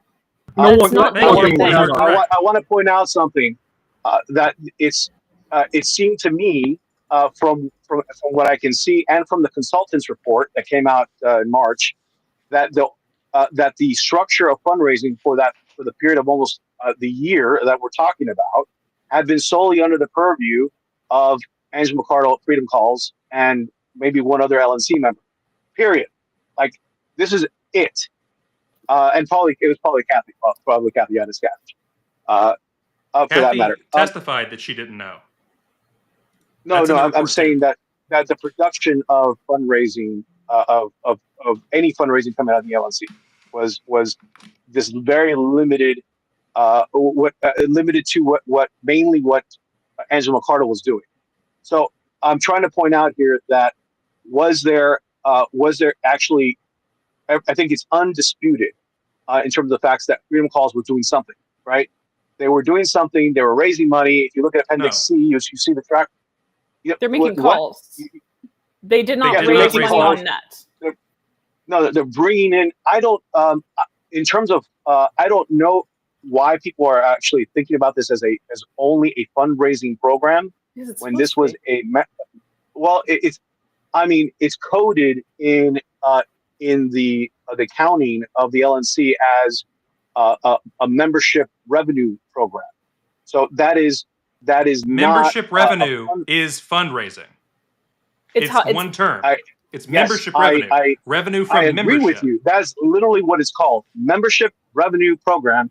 And like the proposed Project Archimedes, we know the LNC sets up programs without intent to make a net profit. Archimedes did make a net profit, and the new Archimedes also has to make a net profit. So as I already explained, there is very little expectation that these programs will make profit. What they do is maintain. You are wrong. I'm literally on it. I am literally the data person for it, Ruse. Project Archimedes? Yes. Is that what you're saying? Oh, wait, congratulations. Yes. All right, great. We don't get paid anything, period. We are all volunteers, and the intention is that if we ever bring money in consistently enough to prove our worth, we will then be considered for getting a staff position. And only once we prove that it's worth the time. I have some bad news for you, sir. That is a very long shot. But thank you for doing it That's anyway. how the contracts normally work, bud. It's a nonprofit. You're doing volunteer work. I agree. I agree. Why was it know where you're okay coming then, from with by this. your own thing here, for Angela to pay her husband or baby daddy? It's not. Ta-da!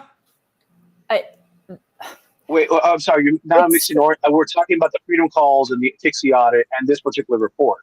Are you Austin's trying to suggest something else now? That McCardle paid for Kyle's point by is herself. Kyle's point, I think, is that with Project Archimedes, Kyle's not getting paid. He's an employee of Project Archimedes.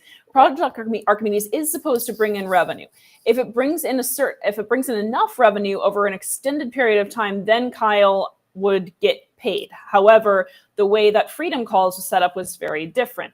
There were people who were being paid already and did not bring in any net revenue, even when the putative purpose of Freedom Calls and that that agreement was to get member funds. And now we have Meredith. Welcome, Meredith, to the party. Hector, you're out of your goddamn mind, bro. I feel like Piers Morgan. Well, I don't know. You've been on the LNC for a very long time already, and I think that proves your state of mind. Yeah, I've been on it since September 2023. That's not very long. It's actually not even a full term, technically. It's dog years, frankly. Okay, I don't know how you do it. What? So what does that mean? A year per se? It feels like the conversion is 7 years for 1 year, right? Right. So it's just saying your experience on the That's actually not accurate, though. Well, you look good anyway. That's not How about accurate. that Thank you, for darling. 7 years on the LNC? Thank you. So no, the point is, okay, obviously there's I think, and thank you for joining us. I think there's a big question here, the big elephant in the room that even Dr. Phillies is asking is if financial controls are supposedly this bad, why should donors trust you on the LNC and the rest of everybody on the LNC with their donations? Well, I think that's part of the reason that these safeguards, including the Financial Standards Committee and various policy manual amendments, were put in. These issues existed actually before this. This is just the most egregious example, but I actually had former LNC members reach out to me. This would be an LNC member who served with JBH, definitely with JBH. I'm not sure about SARWARC, and said that there were concerns regarding some financial stuff during their term that were only discovered later. And so, I mean, this is something that's an institutional problem as well as a current LNC problem. And I think all of us in the LNC who acknowledge the impropriety of what Ms. McCardle did, I think all of us believe. I'm highly embarrassed that I didn't catch this, and I think everybody else is too. But that doesn't mean that it wasn't wrong what she did. I don't understand your logic or reasoning, and I quite frankly think that there really is none, Hector. I know you're not this. Well, before you start throwing names around, let's get to the point. Let's get to the point here. So there is a structural issue with the LNC. The consultants report that the LNC, then you must have voted for $8,500 to tell you what you already know. That was not out of the LNC budget either. You keep saying that, and it's bullshit. Oh, really? That was okay. That was so I pulled the FEC. It was I pulled the FEC. I pulled the FEC reports just like Mr. Porter does, and what it tells me. And you couldn't read the fundraising report then? Reports are. Speaking of Mr. Porter, because as someone who also has to look at the FEC reports, Jake has messaged us. It shows when there's fundraising for a particular issue. And says that he needs to go soon, so I want to give Jake the opportunity to make some final comments before he has to duck out. Thank you, and thanks everyone for being here. Thanks, Meredith and Hector, for joining. I do want to point out, though, no, this is not an anonymous attorney in text. This is somebody that is known to me. This is somebody that got us the documentation. This is something that is not disputed by Angela or Austin. They did incorporate a company the month after his contract ended. Actually, it was during the same month, and it started making $4,000 a month right after. He was removed from the conflict of interest statements. It was certainly hidden, and she hid the fact that he was still involved in any capacity. anything else, this is definitely a conflict of interest. This is definitely money flowing back into her house. So with Meredith here, Ms. Hayes, I would like to just clarify, since you asked the LNC to independently verify, and you basically told them how you got the information, how come the LNC, how come the LNC's own attorney, or Meredith Hayes, who was also an attorney, didn't pull the records from Delaware, which obviously his claim is very easily obtainable by an attorney. I was able to obtain them after the fact. All right, so you're going to ask the LNC to amend the report? I'm sorry, It's what is part your of the lawyer. question? I don't know what. When do we get to see the report? Is his question. You're doing there's this conspiracy theory that there's no. Wait, I'm sorry. Wait, hold on. What is the question specifically? There's apparently corporate documents that you can pull from the state of Delaware that are in Mr. Porter's report that are not independently verified in the LNC report. According to Mr. Porter, any attorney can request these documents. This is a certificate of incorporation, I believe it's called, or some form or another, that would indicate something signed by Mr. Padgett, that he is as the incorporator. The LNC report does not literally says we just compared Mr. Porter's document with what we can find in the public domain, and that was good enough for us. So nothing, why was that document not independently verified? Why are we, and that's a very key point, because I think you're misstating the report. Mr. Padgett owns this thing. We have all this evidence. This is what this means. Hold on. I think you're misstating the report. I don't have it in front of me, as you could probably tell from my camera. Oh, but situation. You read it. You read the 100 and something pages. I did not commit it to memory. I still think, based on my knowledge, that you're misrepresenting it. If you want to pull it up on the screen and show it to me, I'll go grab my glasses. But there were documents that were independently verified and pulled and shared with the SIC.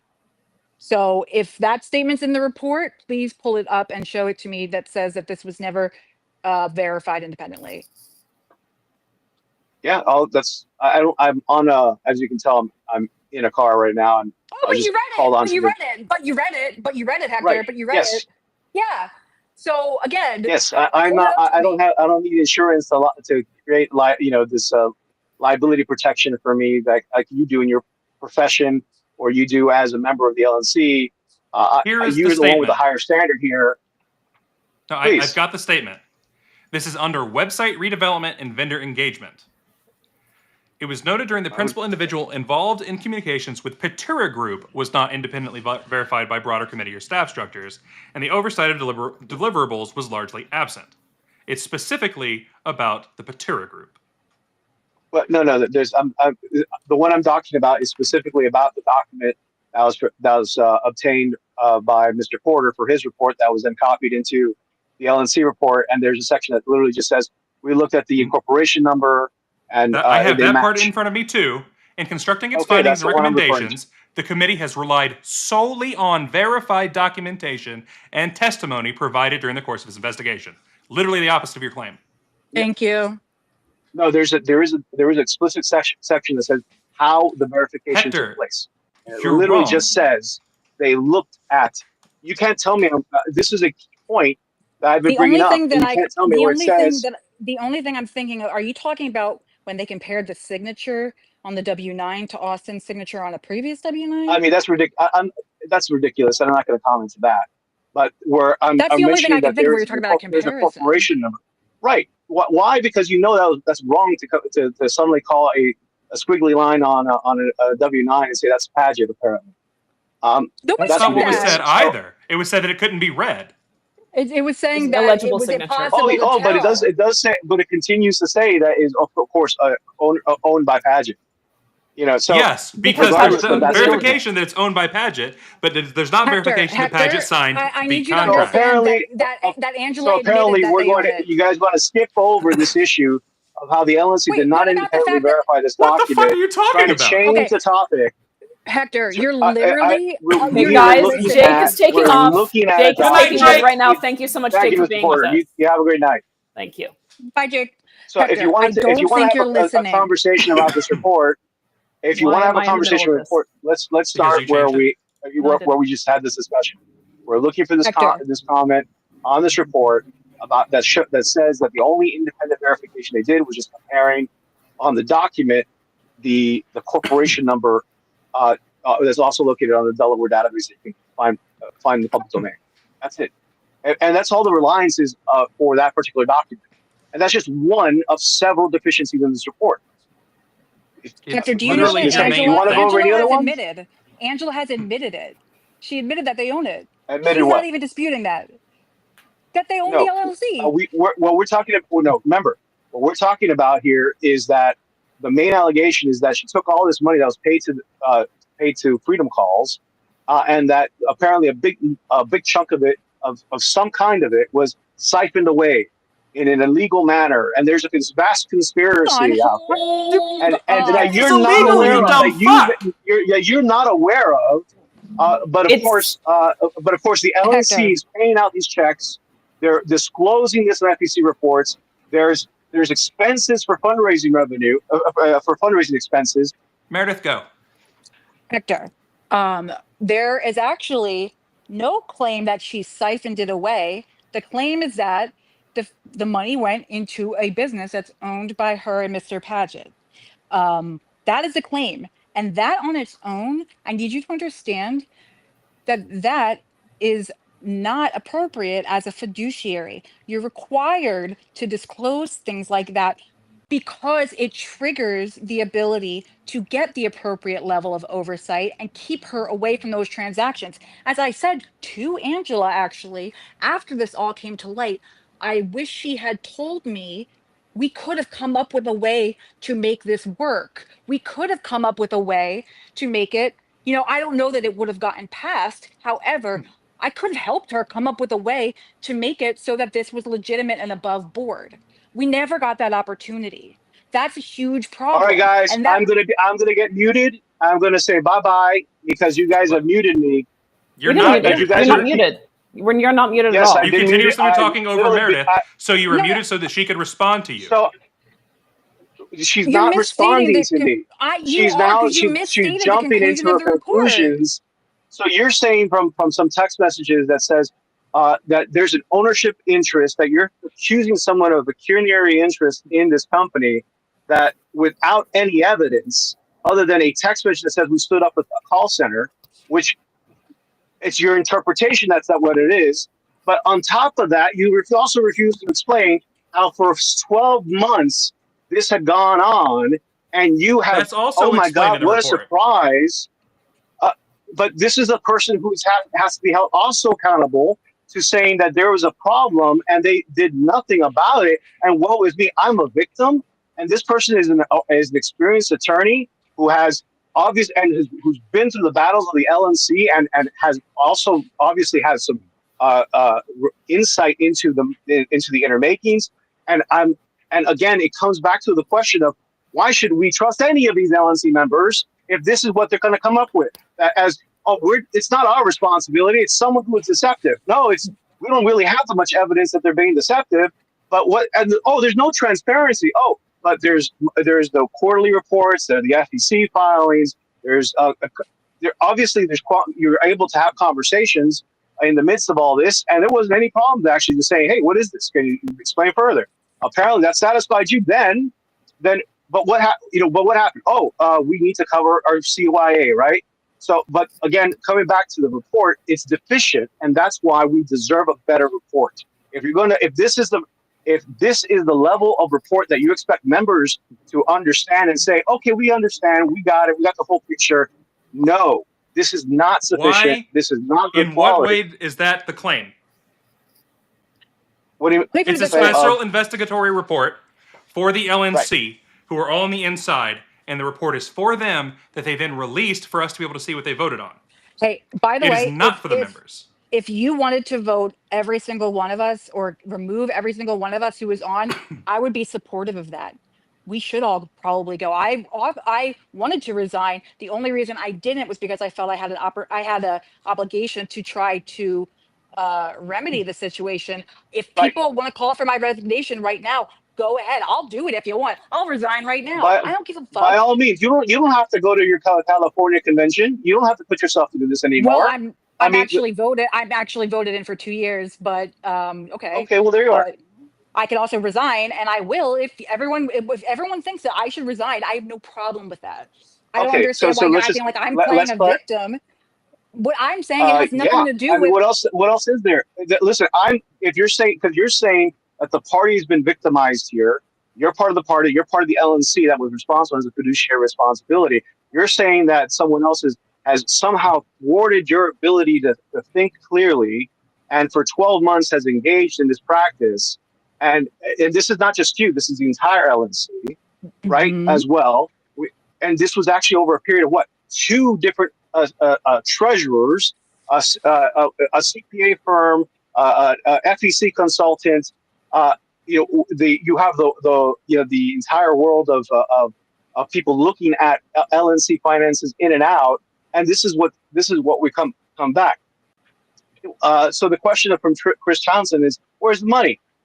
Clearly it was spent on a call center. The question is, was it spent appropriately? And I can't. And from here, people are alleging with very little to no evidence that it was basically embezzled. And the money from the call center. There was a vendor. There was a vendor who made calls. People are alleging that the money was embezzled because the call center was owned by Angela McArdle and technically by Austin Padgett. And the money from the call center, therefore, went back to that household. That is the entire problem. Right. So that's your allegation. That's the allegation, and it's based on a document that's been provided, that's not been independently verified, that shows him as the incorporator. It has been independently verified. It's again. The document in this report literally says all they did was compare the corporation number. Find it then, because that's not Delaware in there. website. From the Delaware website, if I switch out, I might disconnect. Do you want me to do that? I mean, the same one will still work. Websites mentioned 31 total times. We can literally go through every one of them. It's not the web. It's not. It won't say website. It'll be search corporation number or something. Corporation. Yeah. It'll probably say corporation. So while you're looking at that, let me finish the thought where it says that, and the other piece of evidence is a W-9 form that has a signature that is not the typical signature that Padgett uses, which is not unusual. That's the whole point. If the incorporator is not also the owner, right, as being alleged, but we don't know. So to fill a we don't know with, I think, and this is why we should conclude that someone has committed a crime.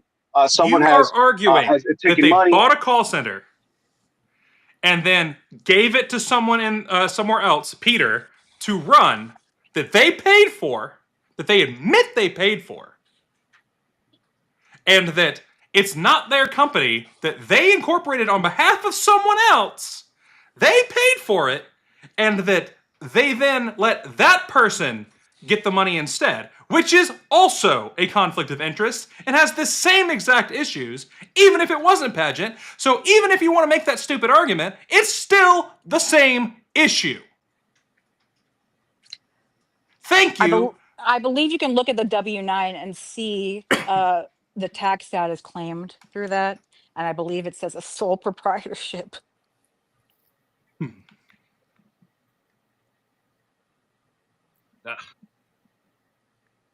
I mean, I honestly, Hector, you know that he you and I probably have can't had. hear you. He froze, so he's probably looking okay. for us. If you can hear me, Hector and I have had many good conversations about many things. I have no ill will towards him. I literally, this is actually like a really hard conversation to have right now because I honestly don't understand what he's trying to say. It seems like he's stuck on these. I think he's saying that there is a chance somehow that the corporation was not that somehow ownership was transferred from Padgett to someone. You know what? If that would have been great to know, I wish Austin or Angela would have gotten interviewed. That would have. I mean, that would be very. Bottom of page 22. Page 22. It's actually they're matching according to the dates. So that little line right there is all the verification they did of that document, where it just says we just matched the date and it matches what's on the Delaware we just Corporation matched website. the dates. Yeah, it Yeah, does not actually, say that's well, all that was done. No, it confirms the registration date, and then you go on further. You go down further. I searched for number, and so then you have. Which Can you page? zoom in on that, 15. please? In the bottom of page 22 before we move on. All right, I need to turn my camera off for a sec. Sure. A public records search with the Delaware Division of Corporations confirms the registration date of that LLC. So we know that we know that it was registered on The that above date. form. Yes. Right, that's the Jake Porter form. Yes. That is. This is that's what the from website looks their like. actual website, which is This showing. is from the Delaware Corporation website. Yes. Yes, which shows that Freedom Calls LLC and everything else that was there was correct. So It does not show the incorporator name, by the way. Yeah. So what you're claiming then is that a lawyer has falsified a document and given a record We that don't know if it's a lawyer. falsified. He Yes, does we do. They on- fucking checked it. All we know is that it's anonymous. All we know is anonymous. It is not On page anonymous. 28, there is a statement that's at page 28, 29. It says that he represents himself as an authorized person on the certificate of formation of the LLC filed with the Delaware Secretary of State. And this, so he does represent himself as an authorized person there. I mean, anybody can go and pay $20 or whatever it is to get their own copy if they want to contest the validity. I did. It's not part of it's not part of the public record that provided for the $20. That's Hector, why you're out of your that's goddamn why I mind, keep 'cause harping on paid this. $20 and I have the document. Oh, show it, please. By all means, send it over to us. I'm not- You know, I'm on my you phone. know my email address. Okay, I'll send it Okay. to You you. also had 3 or 4 months to provide that document to the LNC to be included in the report, and instead you didn't. Hector, Why? I did. They saw it. Why is it not in the report? Because it's the same document Exactly. that Jake what are It's- you talking about? Thank you. You're making my point for me. These things are not included in the report. If it's true, then it should be openly talked about, not relied on Jake Porter's anonymous source. So we didn't. We confirmed that when we paid $20, we got the same form. It's very easy to confirm if it's not true. You just pay $20 and you can see that it's not true. I'm saying, Hector, I agree with you. It should my be. sweetie, baby, sugar pie, honey buns, whatever. I don't understand your gripes. It seems like you're making no sense to me. So it's like I don't know who I'm talking to right now. It's crazy. This is craziness. Are you alleging that she earned the money? I'm so confused. He is frozen again. Because everybody, and I'm not going to make a qualitative statement regarding embezzlement, misappropriation, fraud, any of those. I'm not saying that. All I'm going to say is that people who get caught doing things like this often claim as a defense that they earned the money. It's not an accepted defense. Hector's back. Okay.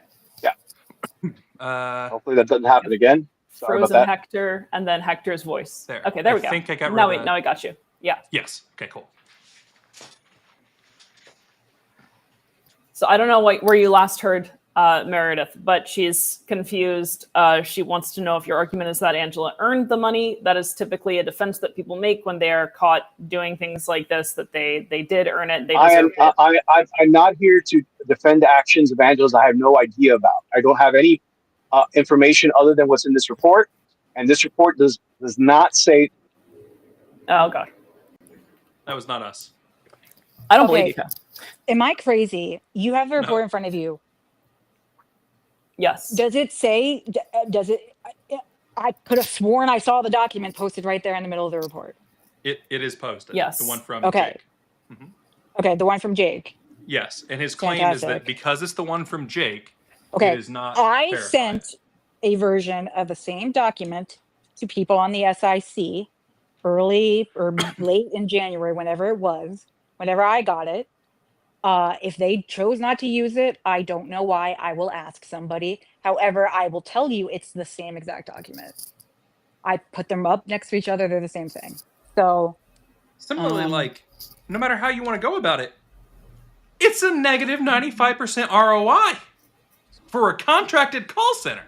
Guys, so part of the reason that that happened is because we said, first things first is there are different levels of egregiousness to a transaction like this. And one of them was, well, this is what the first thing that happened when we learned of this is we must check to see if this generated enough to justify the contract, because that would be something like what we call an affirmative defense. Not that it's a defense to some of the other stuff, but it could be a defense to engaging in the contract in general. Okay, that's Number a good two, point. hold on, Hector.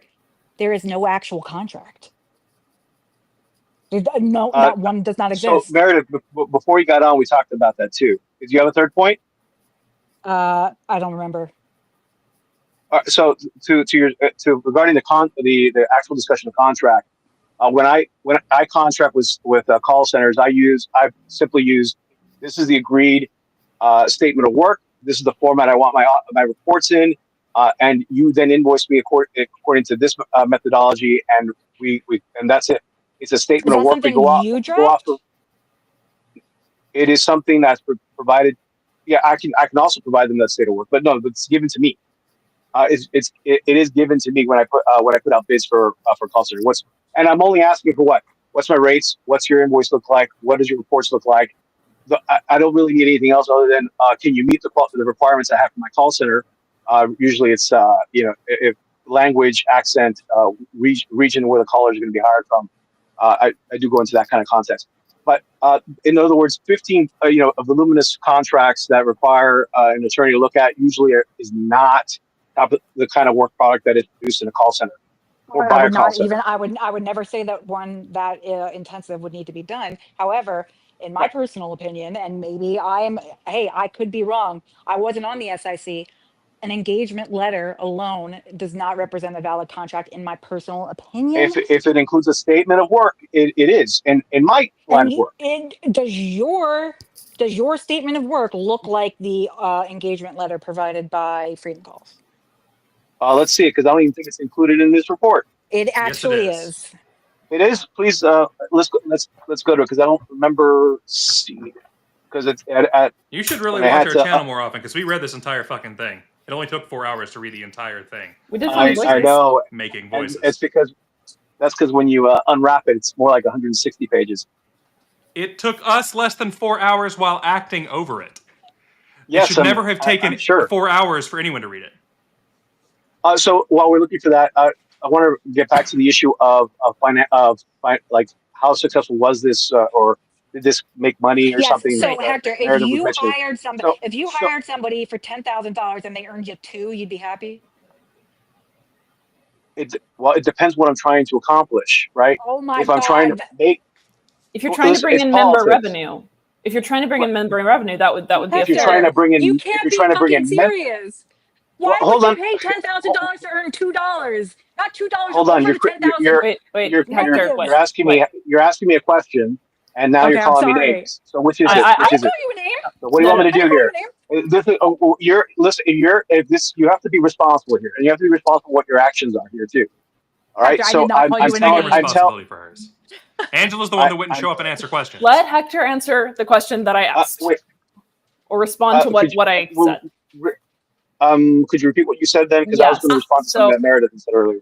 Well, so she had asked about the bringing in $2, and you said it depends on what your intention is, and I said the intention is to bring in member revenue. In this report, in the report, they make it clear that they don't know up or down what their finances look like and how or what the call is actually produced in terms of revenue. They have no idea.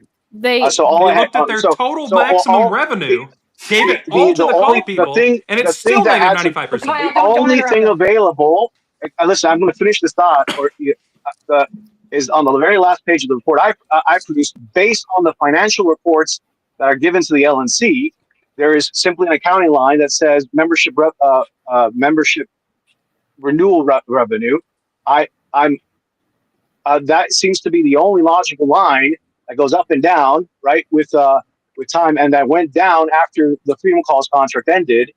The point is that, did it make revenue? I don't actually know. All I know is that there is one line of financial accounting that accounts for membership renewals, and it was steady. Some money was coming in, but to say that no money or not enough money or it didn't even break even, I can't say that, and I don't know how the LNC can say that in this report because they don't know themselves. They go You through cannot. the There's no KICSI collaboration. There's no It's in the linkage. KICSI data. They Hold go on. through. How far did you get in math? No. I mean, because Hector, you said that you've done phone banking stuff, or you've engaged with phone banking services before. So I don't know on what scale you do that, but do you have a software or some type of thing that tracks it? I mean, I can give it to them. I've used call center data myself when I bootstrap it. If I'm working with a third party vendor, they're giving me their audit reports, and I'm salting their lists, the list I sent to them. Okay, so in those, when they generate revenue, do they report that someone's donated, for example? I do not. So when I hire call centers for this kind of program, this is the type of program you hire to do outreach and contact with it. There's an expectation. You want to join the membership? We'll send you a link. We'll send you this. There is the links are usually set to they're coded to recognize who's the caller that was given to them, and that's it, right? So apparently the report says that really wasn't Not for clear. any software that costs more than like a tenth of a cent. So whether you use it with whatever spreadsheet or CRM you're using, will still use some type of coded link. Yes, and it did. In other words, right? It did. Some of the links are broken. Right. Exactly my point. And so there is no clear linkage between the revenue and the call center. There is no linkage. So if there's no linkage, Hector, there's no it's in the data.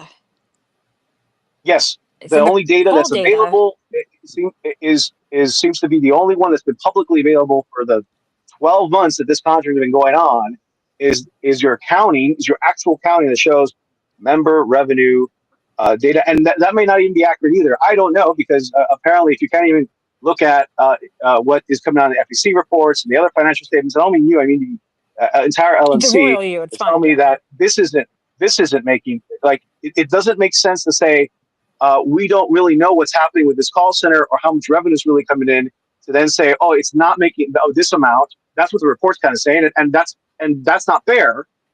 So because there is no linkage, you say it's broken, or it didn't, or wasn't even tracked like that. In other words, and I don't know if the finances by a broken link. If that's accurate.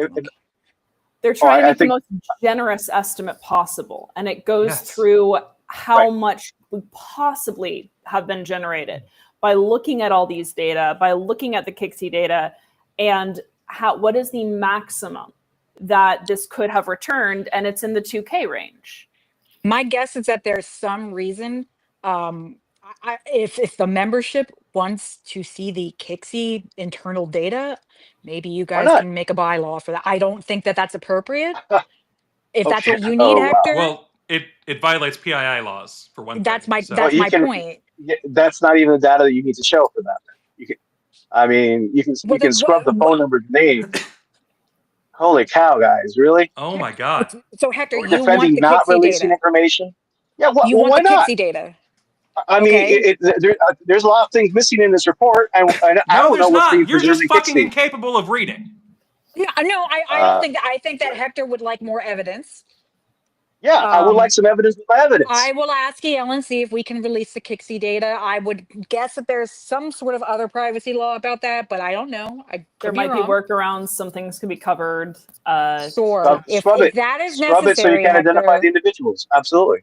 I can bring that to a vote. How do you prove that data is real then? Maybe the CIA, like Austin believes, has fucked everything up and it's all a lie.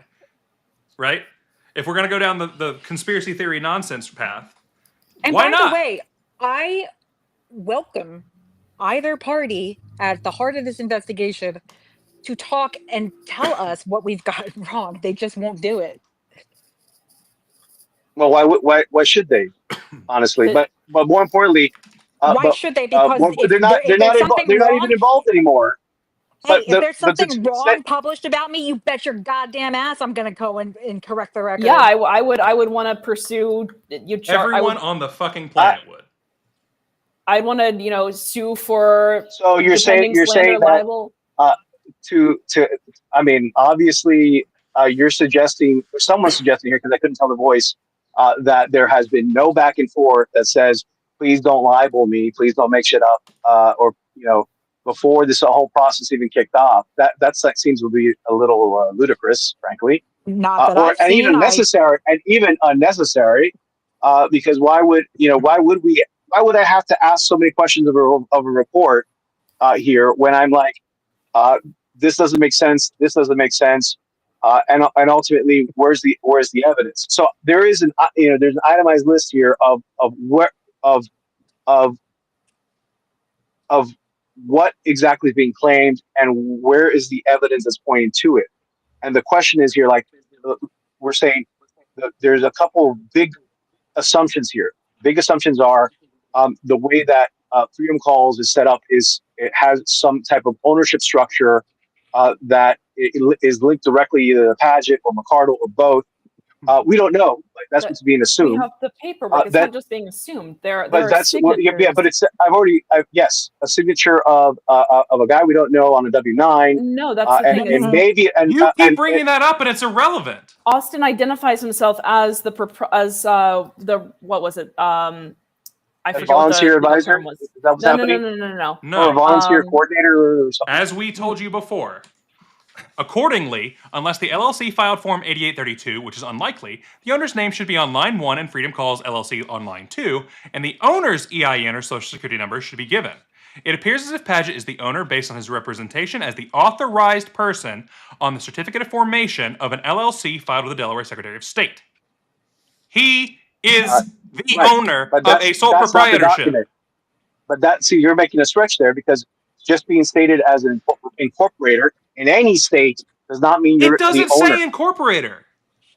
But it says authorized person on the certificate of formation of the LLC. Those are separate things. Okay, you're now saying something that is you're saying something that's different from the documents that Jake Porter provided them. No, there were multiple documents that were reviewed. So he is the interested party, and the LLC is literally, as Sarah's pointing out, a sole proprietorship. So he's an authorized person for that LLC. Okay. We're not talking about the signature. So the weird signature. There seems to be very clear that he's involved. He's been involved. There's a jump to the list of people who can work in a interest? sole proprietorship is one person, and Austin's on the list. This is a very simple pigeonhole problem. The answer is that it's Paget. It's that simple. There is no other answer there. So you don't have access to a bank account. I mean, we have banking information. We don't have a document that says he is owner or responsible party here, other than this particular form that you're referring to that I have to go take a look at again. Do you want more than one? To make sure what you're. Sorry, go on. Right. So you're trying to hang your hat on this idea that he is this that there's an ownership interest again. Let me point that out again.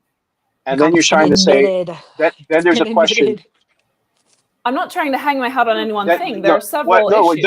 Then there's a question of how much was this was earned illicitly through this contract? You keep saying that's a question, and we keep telling you that is a question. The issue doesn't is that matter. It's illicitly earned. How much evidence is irrelevant? Apparently, to you, everything is if it doesn't support your case here. That's not fair. Fucktard. There is a fucking thing being claimed, and there is evidence of it. Saying there's other problems is irrelevant on the first point. It's not an issue of how much money was illicitly earned. The earning of the money itself is a violation of the fiduciary interest. That's the problem. And what happens if it's zero? Because you can't even say it's $1. You can't sign a contract with them. It doesn't matter if it's negative dollars. Hold on. There, like I said previously, there actually could have been a way for her to earn money. But it would have. Yeah, but we're talking about what's on this report, Meredith, not your fantasy land here. With oh my god, really, Hector, it's not. We can't do that. Chill with you. I would. No, you haven't actually. Excuse me. No, you have. No, you have not. Because right now I'm looking Because at you've repeatedly been a lying report. sack of shit, and we're done with you. Kyle.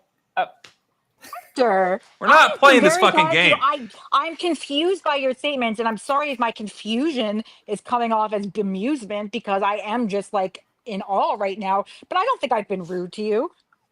You were not rude to Hector. Kyle threw him off the stream. You're goddamn right I did. I don't agree with that decision, and I'll yell about Kyle. I'll yell at Kyle Here's about the it thing. later. I would agree with you kicking him off. However, it is, and again, I don't mean this to be insulting, but this is my honest assessment: is it is a bit like talking to a brick wall because the responses to what we're saying do not match what we say. I mean, So I I don't understand how we're getting from point A to point W. It was going in circles, and I disagree with the way that it ended. I think the important points He was asked repeatedly are that to I stop understand. The important points are that, first of all, it doesn't matter how much money is earned or lost by the person who is violating their fiduciary agreement, which McCardle was. The ownership of the LLC is clearly Paget. Their documentation, this is documented in the report. People can consult it. That's the problem itself. All right. The problem. I will say though, it would actually have some effect if let's say this is wildly successful and we paid $50,000 and earned 10 million. There is a sort of like retroactive ratification we could do. We would still say, hey, you did the wrong thing, but this is beneficial to the LNC, and now we're going to continue with it, but put in these safeguards or something like that. I would still say you violated the policy manual, et cetera, but we could say, that the benefit was so great that that we want to retroactively, ratify this. That was not the case here. Right. And it still doesn't obviate the fiduciary, the breach of the fiduciary duty, but it does sort of ameliorate it. Yeah. No, I think it was going in circles. Wait, did I just say ameliorate? Was that correct? I'm so tired. You were all right with it. Okay. Yeah. It was going mitigate. in circles. I would say mitigate. Yes, let's say. That works too. I think there can always be demands for more evidence produced, but at some point, there aren't an infinite number of. It seems like there's an infinite number of forms that you have to fill out when you're forming an LLC, as we're discovering, but there's not. And eventually, you run out of possible evidence to produce, and I just you can't pull up 5,000 forms that have Austin's signature on it. We can do one. And that's what we were able to do to demonstrate that, yes, he is the proprietor of the LLC, which is a sole proprietor organization. If he puts his name on something that says that he is the authorized individual for the LLC, and the LLC is a single proprietor organization, it's not complicated math. So I don't know. To say, there is a limit to, I believe, based on my knowledge of who was on the committee, if there was a way to provide the KIXI data that wouldn't make this report 9 billion pages, I think it would have been provided. For example, sometimes when I subpoena police records for cases, I ask for something called the CAD logs, which is a record of every time that they go on the radio between each other about the case, or the 911 calls, and blah blah blah blah blah. I would never actually include that in a filing because it's a bajillion pages. Mm-hmm. And I assume that an internal audit of the software, I'm not computer savvy, would look similar. Right. However, I can speak to those on the SIC, and if there needs to be a data dump from KIXI, I can ask. I assume there's a very good reason why it wasn't dumped. But hey, what do I know? I actually don't know. I don't know. Right. No, we get these reports. They largely said the same thing. I don't know if you want to deal with Chatterdens. I doubt Chatterdens going to try and come on the stream though. Well, but the thing I think is interesting about Chatterdens is Chatterden actually does concede that there was a disclosure issue. Right. At the very least, he was capable of doing that. Whereas I'm still not quite understanding why Hector claims there wasn't. Or is he claiming there wasn't one? Like, that's what I'm saying. I'm confused. My sense is that he's claiming that there's not even enough evidence to know whether there should have been a disclosure issue. Yeah. Okay. So if you could not, Kyle, fight with Hector and be on the show at the same time. Do you think In the perhaps, and again, I was not on the SIC, do you think perhaps that some of the information in the report was from personal communications with the invested parties? And that we knew for a fact that there was confirmation?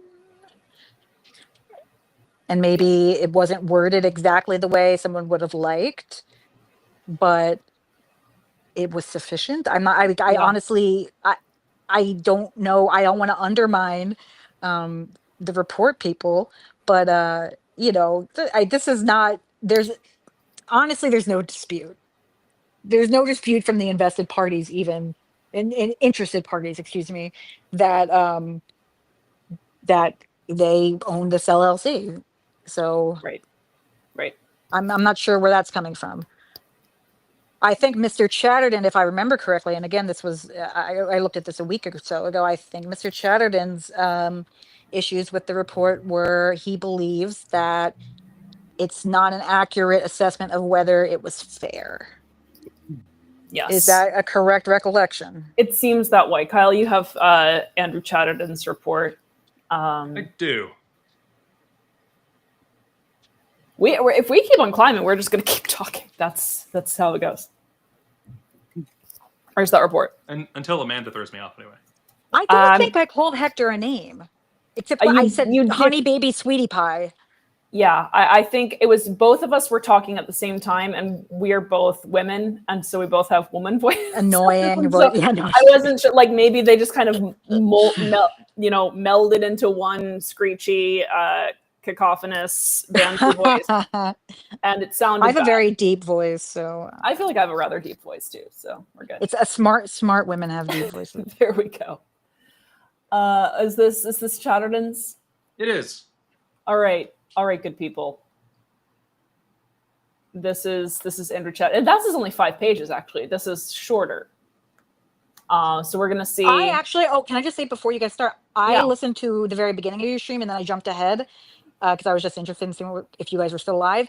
I actually don't believe that maybe it was written with the help of AI, but I think he wrote this himself based on Chatterton's. Yeah, I do. I think so. I haven't looked at Chatterton's to see if it was AI. It looked like Hector's. It was very significantly AI for I a number haven't of seen reasons. Hector's. Where's Hector's posted? Well, those we're going. I can send you a copy. Yeah. All right. The SIC report investigates allegations of misconduct and conflicts of interest by former LNC chair Angela McArdle, focusing on transactions with Freedom Calls LLC, swing vote strategist, the Rescue the Republic rally, and other vendor engagements. He does get points for using an Oxford comma. Go suck it, Joe. Love the Oxford comma. Love it, love it, love it.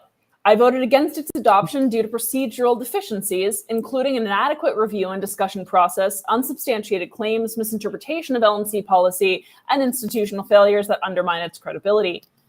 The report's punitive recommendations, including pursuing cost and effective litigation. Oh, now we're worried about cost and effective things. On questionable grounds, failed to address fundraising challenges driven by factional divisions and risk escalating harm to the Libertarian Party's growth and reputation. Once again, now we're worried about that.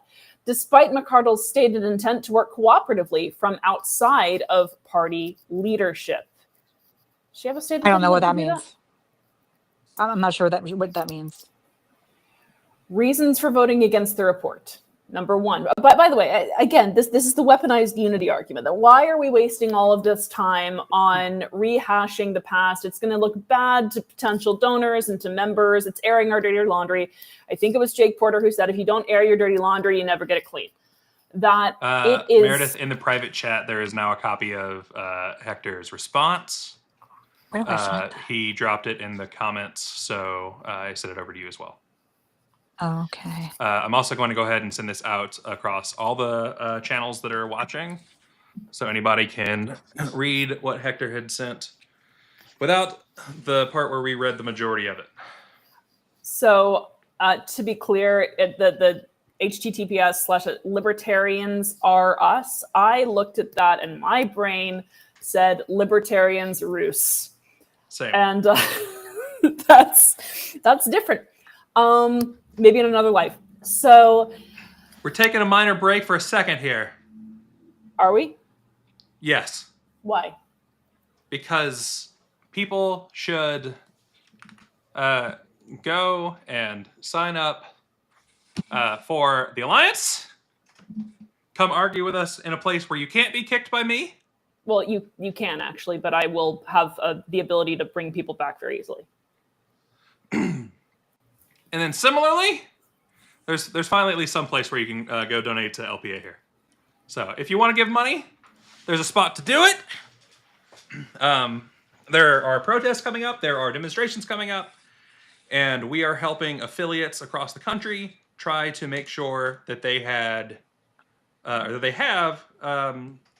the ability to support their membership in these protests. Yes. So there is another, some people might know, there's another No Kings protest planned for the 4th. And then there is one, I believe, on the 17th. Was that correct? Did I just make that up? Hold on. Of July. I'm so sorry, guys.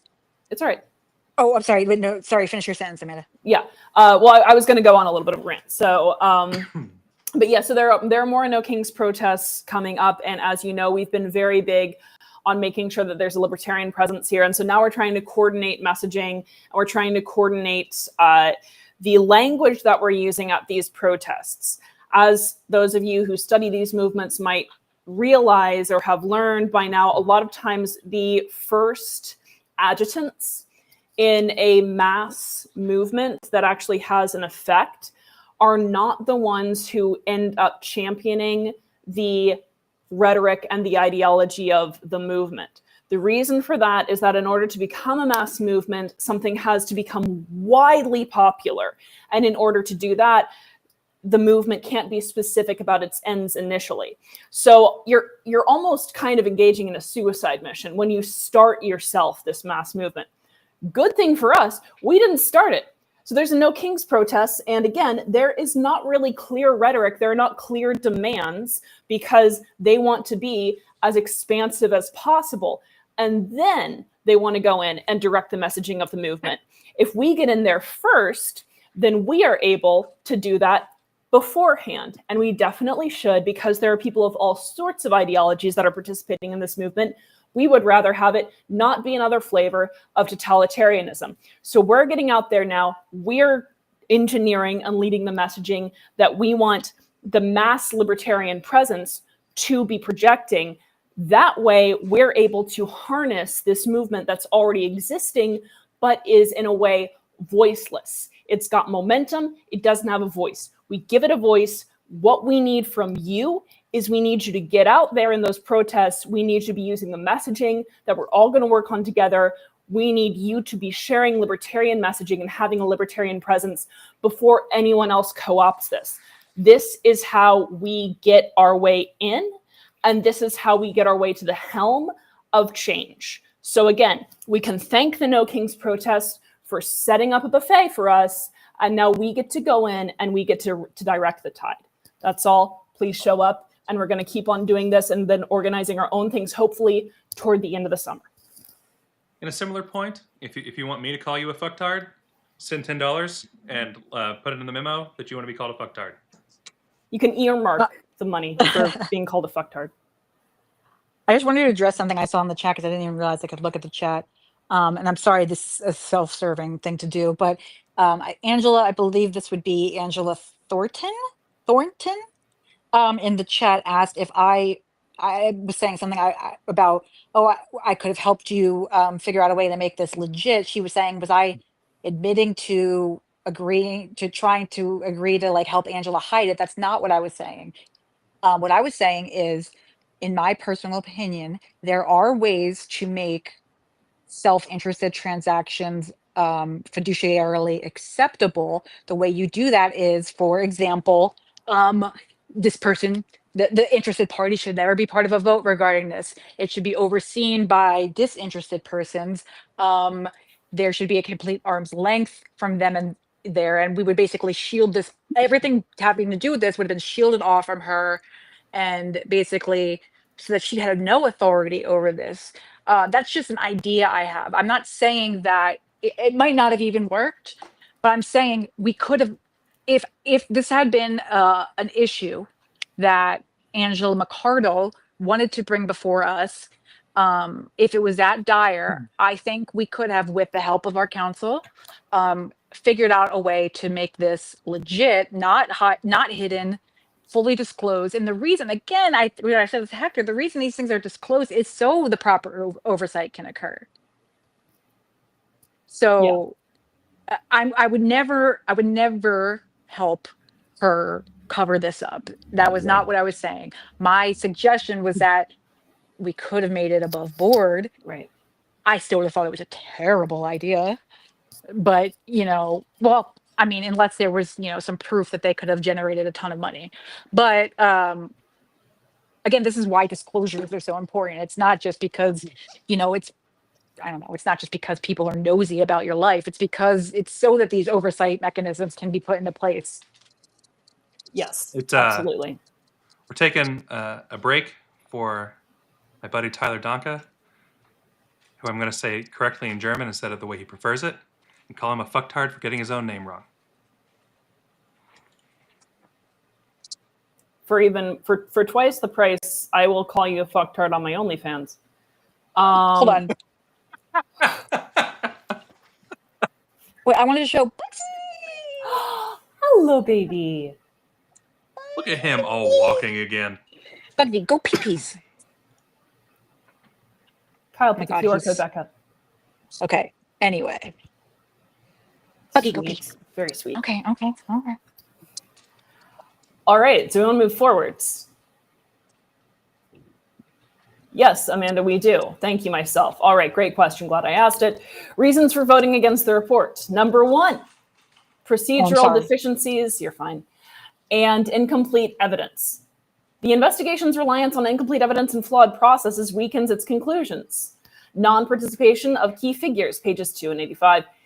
Angela McArdle, Austin Paget, Luke Troxell, and Matthew Butts declined interviews, leaving gaps in understanding intent and context. The report notes their refusal is not an admission of wrongdoing, but makes findings assuming malicious intent without their testimony or other evidence. Yeah, well, we can't force that. I mean, if they'd hired me, I definitely would have forced them into submission and to answering questions. I actually think that Duplex. the report went out of its way not to infer malicious intent. I think the only thing arguable would be the statement at some point that it seems that there was an intention to continue the work because it was included in the budget.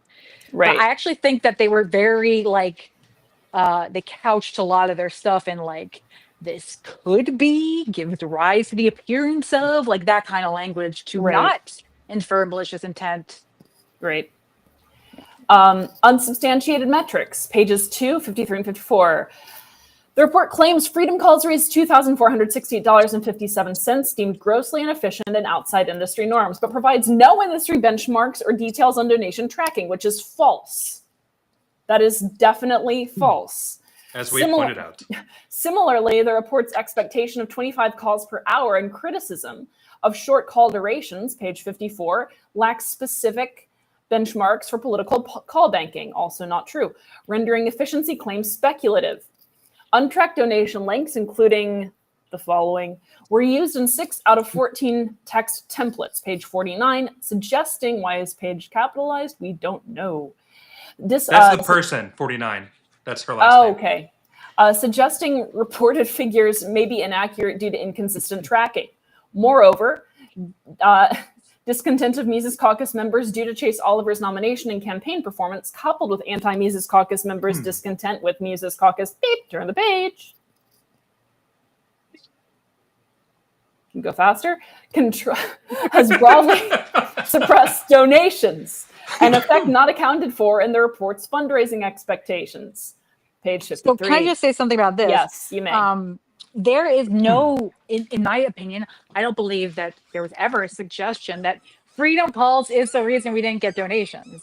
I don't think that that's contemplated by the report at all. I think the point is that if donations were down and this company hired to get donations wasn't getting them, then they don't need to be here, regardless of the reason.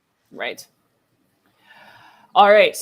Inadequate review and discussion process. The SIC report's adoption process was deeply flawed, undermining its legitimacy. Released to board members at 10 a.m. on Sunday, the 100-page report, it was 94 pages, was scheduled for, and some of them were just pictures, was scheduled for adoption at 8 p.m. on Monday, leaving insufficient time to review, but perfectly sufficient time for Amanda and Kyle to read it out loud on stream with funny voices and commentary, which took 4 hours. This is an inadequate excuse. Initially, 22 board members plus SIC members and legal counsel were allotted only 60 minutes for discussion, later expanded to 90 minutes, which was woefully inadequate. When concerns about the rush timeline were raised, several board members boasted of completing their review in 1 to 2 hours, which is not something to boast about. That is typical reading comprehension, dismissing the need for thorough analysis. I was allotted slightly more than the typical 2-minute speaking time before being cut off, with minimal to no responses provided to substantive concerns, which represent only a fraction of those in this report, not having been given opportunity to even fully present Section 1 claims, let alone anything, Kyle, let alone anything approaching the full contents of this report. Please note that I also omit reference of many lesser concerns from this report to keep focus on the most substantive concerns. Oh, that's good. Again, it's like there are more. I'm just not going to tell you. That was an accusation that was made of the report. Even after adoption and public release, discussion and debate were prohibited, including on proposed resolutions exceeding the report's recommendations, further stifling feedback. Bugsy's chew toy has never made you reading better. Has never made it like nothing has ever made it better. Actually, I was doing that sound myself. I still am. Those are just the sounds that Amanda's make. That's the sounds that I make when I'm trying to get people to scan the QR code to support us. Kyle, would you like to read? Sure. Great. I read a comment and I was broken for a moment. 2. Unsubstantiated claims and policy misinterpretations. Several findings lack evidence or misapply LNC policy. Freedom Calls transactions, page 8 through 10, 27 through 28, 30, and 51. Finding 1E, page 9. The report claims Freedom Calls' inclusion in the 2025 budget indicates McCardle's intent to continue transactions. This is unsubstantiated. It's in the proposed budget! As the XCOM prepares and adopts the budget proposal for the LNC submission, and McCardle, a member of both the XCOM and LNC, abstained from the XCOM vote to adopt the 2025 budget proposal and the LNC vote to adopt the 2025 budget. No evidence is presented in the report to demonstrate her intent. So on that, was the one who put it there. Well, also on that, I mean, the chair usually, I don't know, actually, I was not at the Rhode Island meeting because I was in trial, but the chair usually does not vote. So I don't know if that was an express abstention or if it was the chairs not voting, which is very normal for chairs to do, unless their vote is needed. Kyle, do you want to go on? And Hector, I'm so sorry. Guys, I'm so sorry. I never said I would help her steal money the right way. The point is, if she owned a company she wanted to use, let's say I said my law firm can provide an attorney to be general counsel for the LNC, I would segregate myself from all those transactions, a vote of approval, and I would make sure I didn't get any money from that and that it only went into the firm or the general fund or whatever. That's an example. I'm not trying to ever say that there's a way to steal money better. I'm saying there was a way to make this above board potentially, and it wasn't done. You heard it from Meredith here. McCardle's secretly a theft genius. She stole in the best way possible. Yeah, I mean, I don't know how I can be more clear. Am I not making sense? You are. Do you guys think that I was saying that would help her steal? I can see how people would interpret it that way, but I did not hear it that way. Okay. if somebody interpreted that way, that is definitely not what I meant. And if you would like me to clarify further, please tell me exactly why you think that's what I meant. However, Joe, to I ask her will to maybe clarify help further, you must donate $10 to LPA first. Yes, and then Meredith will clarify further for you, and I will also make squeaky noises. I I'm will so also sorry, guys. accept interpretive dance. Finding 2.6, pages 9, 27 through 28. The claim that incomplete W-9 forms provided by Freedom Calls represent an attempt to conceal ownership is unsupported. The W-9 could be valid if Freedom Calls filed IRS Form 8832 to elect corporate tax treatment, which the SIC admits it lacks evidence to confirm. Incorrect. Attributing malicious intent to the incomplete W-9 is speculative and does not substantiate a violation of LNC Policy Manual Section 1.072. The reason that one's incorrect is because the thing that was said is no 8832 could be found. Those are different things. You cannot prove that no 8832 exists because that doesn't make any sense. You cannot prove the negative. I cannot prove that there's not a dinosaur outside my window right now to you without turning the camera that way.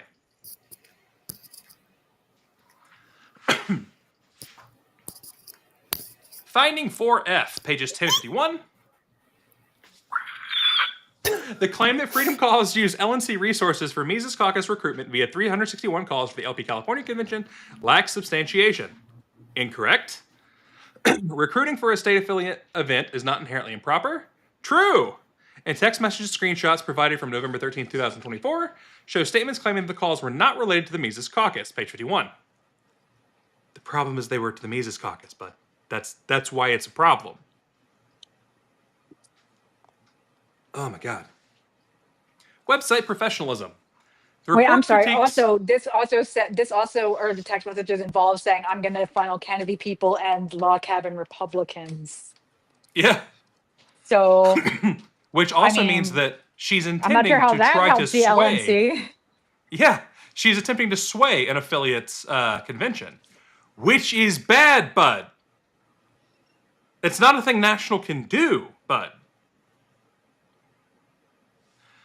Website professionalism. Hector, if you agree with Chatterton, that's fine.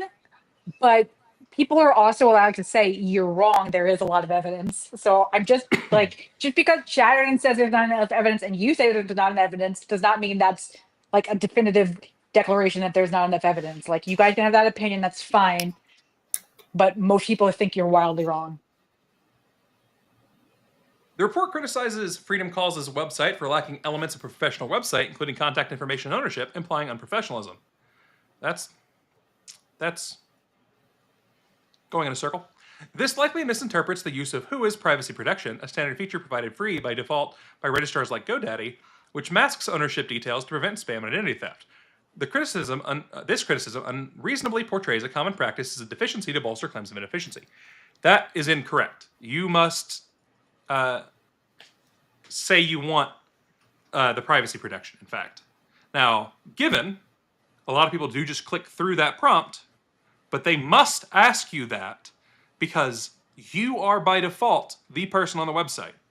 It's funny that this comes up because Amanda and I had a fight last night over this fact because I was mad about one of our internal websites. Ooh, the girls are fighting! Kyle and I fight a lot, actually.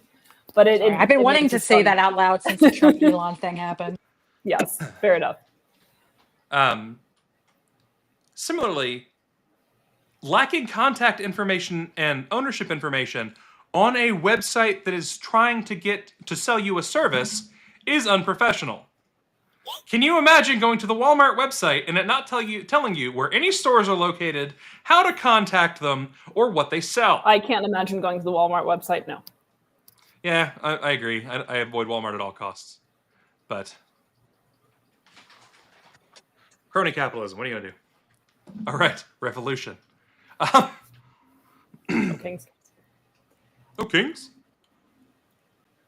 Swing Vote Strategist and Kennedy Victory Fund, findings 5, pages 3, 10, and 59 through 61.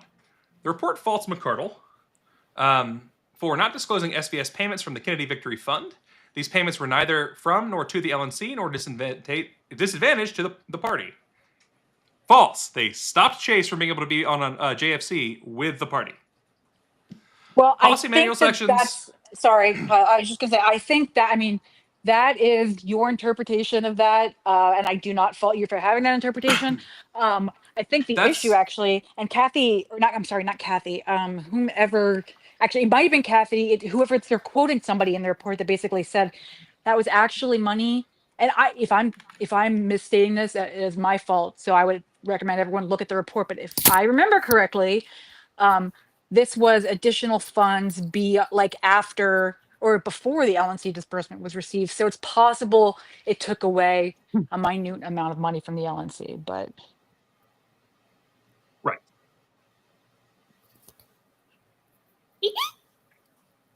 Sorry, my dog, he No, missed me because I was no. I'm completely just trying to irritate Kyle. I love your dog and I love your dog's toy.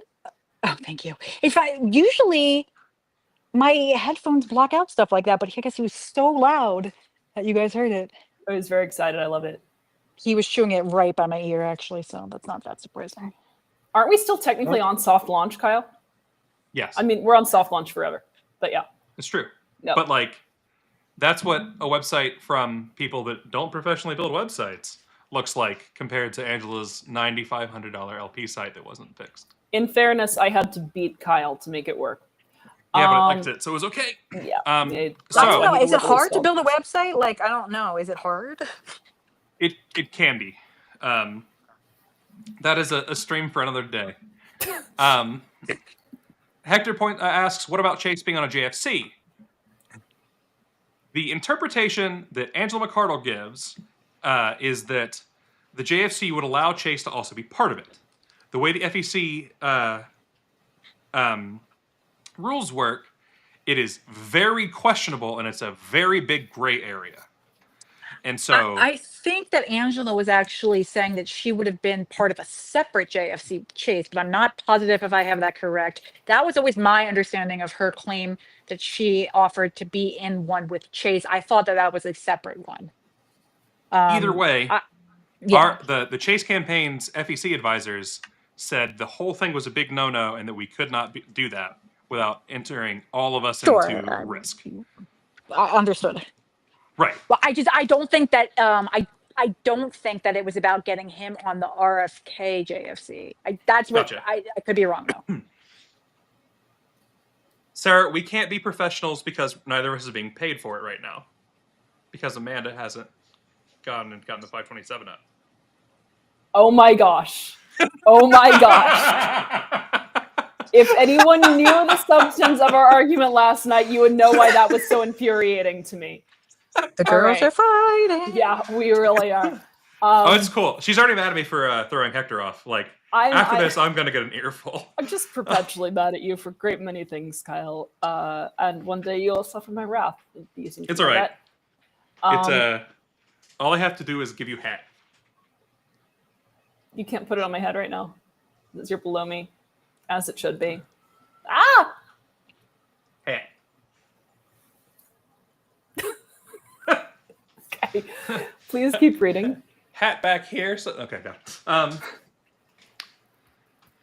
go. Rescue the Republic rally, finding 8, pages 3, 10, and 65. The report alleges McArdle's late disclosure of RTR involvement violated Policy Manual Section 1.072 and false surfacing an email on the 23rd of September 2024 without APRC approval, citing potential misalignment with party neutrality due to Trump-associated speakers, page 3. However, the email adhered to McArdle's override authority under Policy Manual Section 1.066, false, as the APRC's 221 vote was inconclusive, page 65. The revised email was neutral, encouraging LP members to attend, wear LP gear, and engage swing voters with a disclaimer clarifying it was not candidate authorized. It addressed APRC concerns by focusing on LP outreach, not rally messaging, and does not constitute a conflict requiring prior disclosure as it used minimal LNC resources and did not harm the party. 0 is the allowable amount. And it did harm the party because, and this is one of the things we haven't talked about before, on the 2 days, on Saturday, Karen Ann put materials for Chase out. On Sunday, the Libertarian table runners took that material and got rid of it on purpose. So, did harm the party. I think that the RTR thing was sort of like an afterthought to add on there. Right. Because it obviously wasn't Well, part of the original scope. But I honestly think that that one, is there something else? Oh, that one, and maybe the hiring the neighbor and the website. The website actually is a little more murky. I think some of these are just sort of like nothing. I mean, it's up to your interpretation, I guess. And I don't think that these are the allegations anyone should be hanging their hat on. That's fair. In terms of severity. I think Sarah's about to also be in trouble, and I love it. No, I already showed it, and I made a heart. Toward me? I got a heart? No, I made a heart towards Sarah and everyone who isn't you. Perfect. Chris, why do capitalists have grief? I don't understand. That's because you're a dirty Way too good at that accent. Спасибо, товарищ. Oh my god. Hiring of neighbor. Finding 11, page 10, page 82. Labeling the hiring of Dylan Allman, McArdle's neighbor, as a conflict is inconsistent with Policy Manual Section 1.063, which covers legal relatives, domestic partners, or business associates, but not neighbors, page 13. Imagine your argument being... Sorry, real quick, Kyle, can you check, since you have the report up and I don't have my glasses on? I don't think that they determined that this violated any policy manual. I think they just are saying it's kind of like sketch, but not... Because in all of the other ones, they say violated policy manual XXX or whatever. I don't believe that was said with regard to this. Am I wrong? Just like a hired neighbor. Right. The thing that is problematic here, and the reason this is actually like an issue, is because Adrian stated that he was told Allman was working as a volunteer.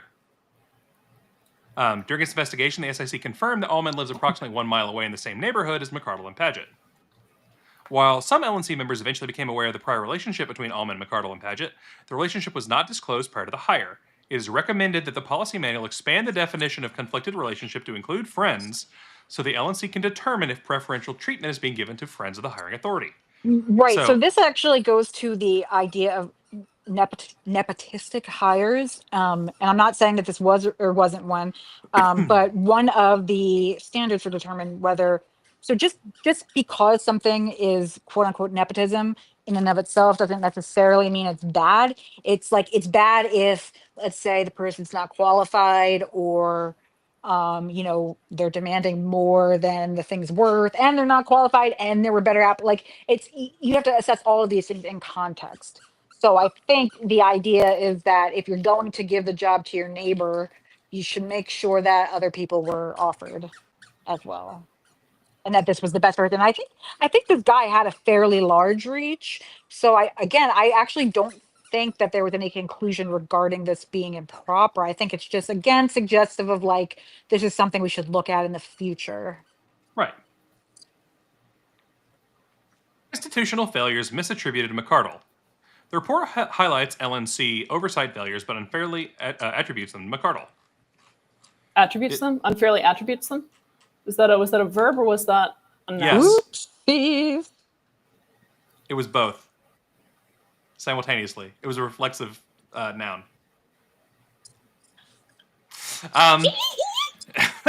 Insufficient oversight, page 8 versus page 90. The report criticizes McArdle. Sorry, Hector says that we said everything was a violation of some kind. I don't believe that's true, Hector. I think for example, this actually says that Angela did not violate the policy manual in her disclosure of the Libertarian Unity Pact. So that's not saying there's a violation. That says specifically that wasn't a violation. So I don't believe your characterization is correct.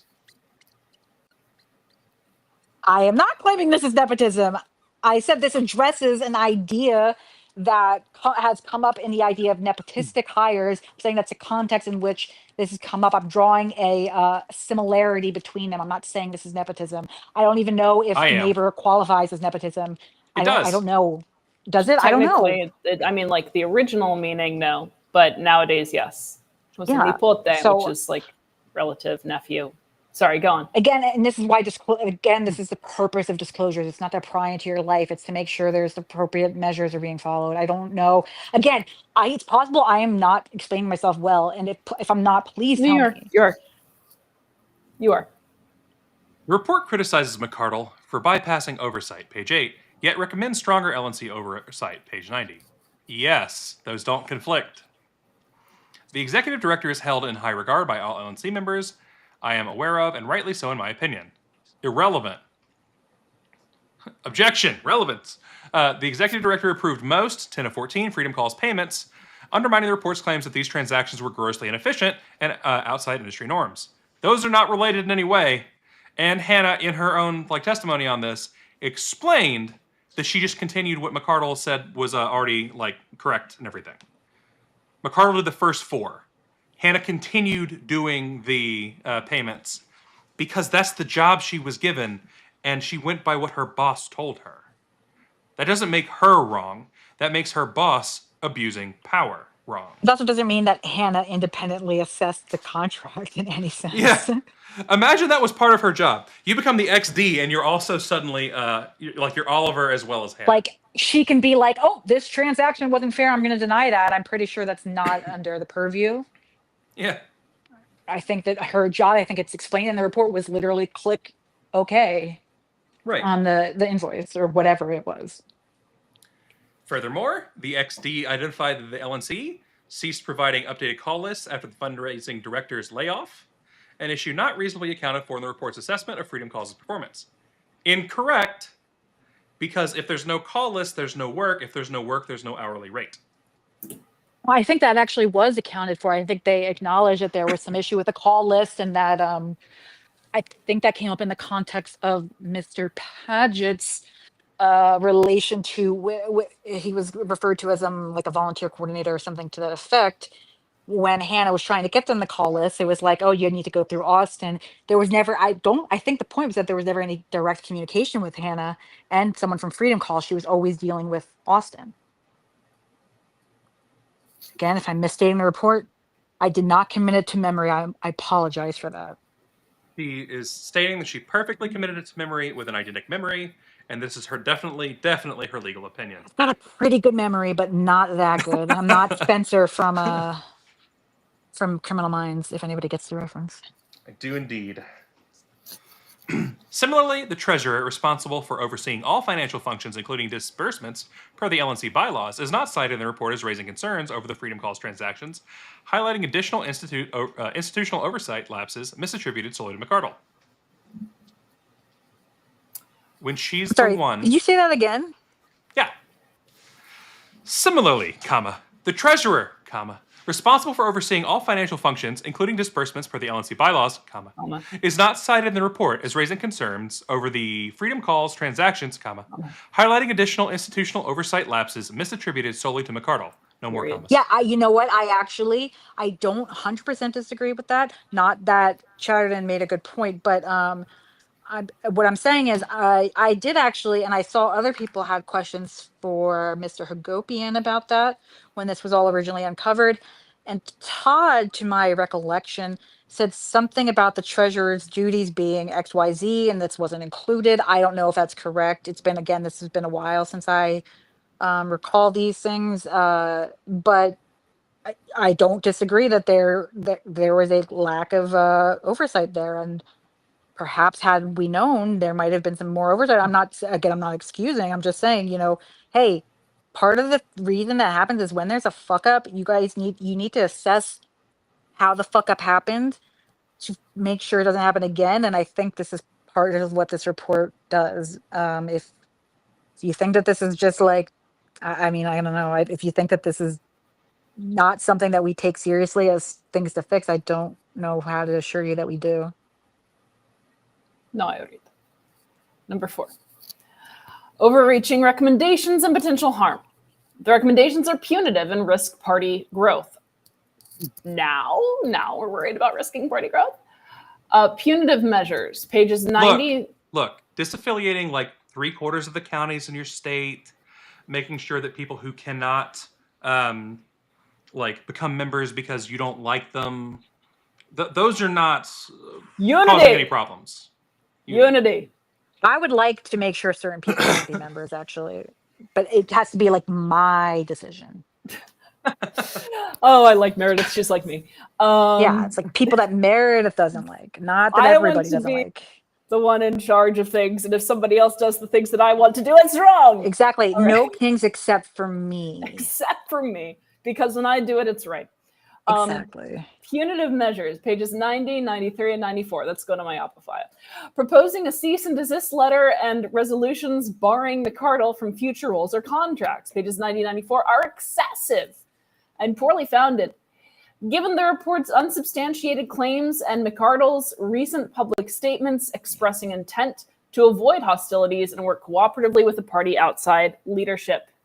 These measures fail to address the party's current fundraising challenges and risk escalating factional divisions that have suppressed donations, unity being weaponized once again, as evidenced by donor refusals driven by Mises Caucus and anti-Mises Caucus tensions. Really, we have a former Mises Caucus person on the stream right now. Yeah. And like, I'm routinely pretended to be some super far left libertarian. We're literally part of a group that is all about solidarity and pulling the divide together. And we've been behind the LNC on this. Why? Because McArdle's clearly at fault. That's not to say that everyone else in the LNC has been sunshine and rainbows or smells like roses here. Like, Meredith has explained the problems with what happened and taken responsibility for it.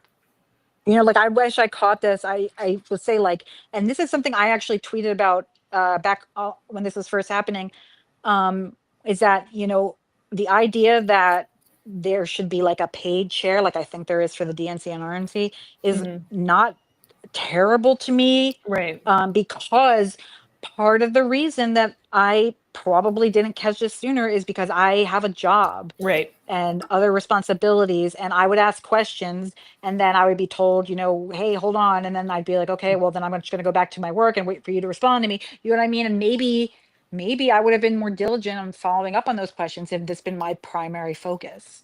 Joe, I'm against unity too. We're only for solidarity here. And you know, Mr. Heiss actually said during his interview to be chair, you know, that it would be good for this to be a full-time position. I don't necessarily disagree with that. I do disagree with his proposed pay structure, obviously, as that was my question to him during that. But yeah, I mean, it is somewhat difficult not to absolve anybody, certainly not myself, from responsibility. It is difficult, though, when you have an all-volunteer board, unless you've got retirees and independently wealthy sugar babies or something, trust fund kids.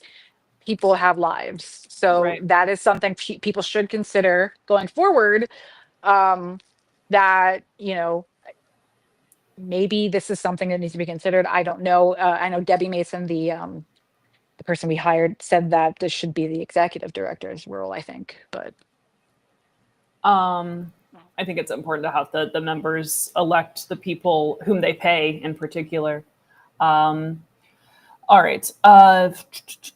Furthermore, despite the report's conclusion that litigation is cost ineffective, page 93, the LNC adopted a resolution encouraging fundraising or pro bono legal counsel. Do we understand cost ineffective? Pro bono means doesn't cost money? Is Chatterton know that? Anyway. To pursue recovery of alleged misappropriated funds, escalating beyond the report's recommendations and risking further reputational harm. I feel like it's much more harmful to have people know that there was likely an issue and have it not be investigated, have it being swept under the rug, or at least perceived as such. And moreover, pursuing pro bono legal counsel does not incur excessive costs. These actions divert needed resources from the party's core goals, whereas fundraising initiatives for constructive projects, such as ballot access and candidate support, would provide objectively better value than activities deemed cost ineffective by the report, such as litigation. Once again, it's pro bono. So he's not necessarily wrong in the sense that if you can raise money for legal fees, like, why don't you raise money for Yeah. the party, well, Yeah. people might want to specifically donate for legal fees. Yeah. If Mr. Chatterton remembers, there was a time where they were donating fees specifically to Michigan, and I did not want to vote to approve that. But once I saw the numbers and people were writing, I want this to go to Michigan, I said, I can't stand in the way of people's money going where they want it to go. You know what I mean? But if you were just donating this money and then we decided to send it to Michigan, I would have voted no. No, Joe, we did not unite against unity. We are in solidarity against unity. There is a distinction between solidarity and unity. Unity is about oneness and it's about pushing out difference, whereas solidarity is strength through individualism, joining, again, in order to support one another together, but still being discrete, unique entities that then solidify, cohere, and exert force together. So we are in solidarity against unity, but once again, solidarity embraces uniqueness and strength through difference, and unity is about eliminating it. That's why we don't like unity. All right. As we can see, the difference in solidarity here is that Amanda is a dirty, rotten commie. I'm the one true libertarian, and we're working together to fight the government. We have found the thing we need to work together on and accepted who we are otherwise. That's not exactly how I would have phrased things. Policy retroactivity, page 24. Faulting McArdle for not meeting standards added to the policy manual during the in-person Grand Rapids meeting last month, long after her resignation, applies rules retroactively. It doesn't apply rules retroactively is the LNC saying that family members are conflicts of interest in response to the fact that McArdle hired her domestic partner for something, and then McArdle going around that by declaring him no longer a conflict of interest and secretly having him hired again. Reputational risk, page 93. The LNC's pursuit of litigation after adoption deemed cost ineffective by the SIC report, again, pro bono, validates concerns about adopting the report as it demonstrates a commitment to ineffective resource allocation. My goodness, reading comprehension is difficult. By adopting a beep through the page. Keep going down. By adopting a resolution encouraging fundraising or pro bono legal counsel. Can you stop? To recover alleged misappropriated funds that cost greater than the alleged amount and on questionable grounds, and by prohibiting discussion, even post-adoption, on resolutions exceeding the report's recommendations. The LNC risks eroding donor trust and exacerbating the party's fundraising challenges already impacted by factional divisions, page 53. Would you like to take the conclusion, Kyle? Or sorry, Meredith, you had something to say? I'm sure that I would argue that not doing anything erodes donor trust, number one. Again, I mean, these types of things, these are Chatterton's opinions, and that's fine. I think, he's wrong, but these are his opinions. It's fine. Go ahead. I think he's mischaracterizing and misstating things, whatever. But I think it is a little bit rich to go the donor trust route after something like this has come out. I think that's just a little ironic. Indeed. I mean, for the people who have contacted me are very mad that we aren't pursuing it. Right. Well, so, exactly. Gail? Okay. I had to ask ChatGPT a thing. Why? The statement shared by you, a human, likely was generated by AI. So, what? ChatGPT thinks this is AI. Okay, but see, if you saw Angela Thornton in the chat agreed with me that it looked like something he wrote, and she is very familiar with his writing. So, conclusion. I voted against the SIC report due to incomplete evidence, unsubstantiated claims, policy misinterpretations, misattribution of institutional failures to McArdle, and a rushed adoption process that suppressed meaningful discussion. Specifically, finding 1E's claims of intent lacks evidence as McArdle abstained from budget votes, finding 2/6's W9 concealment allegation is speculative, and finding 8's RTR email concerns are baseless as the email was neutral and policy compliant. The report's punitive recommendations, including cost and effective litigation on questionable grounds, exacerbate fundraising challenges driven by factional division and risk factionalism and reputational harm, despite McArdle's public statements of cooperative intent. The LNC should prioritize constructive fundraising and party building over endorsing this flawed report or following through with its punitive recommendations. I believe Angela McArdle failed to disclose conflicted transactions with Freedom Calls. With that said, I am concerned that even prior to the SIC's formation, some participants appear to have a predetermined agenda to construct the report in a manner that elevates violations, relying on unsupported assumptions and conclusions to justify punitive recommendations, such as litigation and restrictions on McArdle's future involvement, which exacerbate the concerns raised throughout this report and reflect a perceived desire by some board members to inflict unjust personal damages against McArdle. Did we lose a Meredith?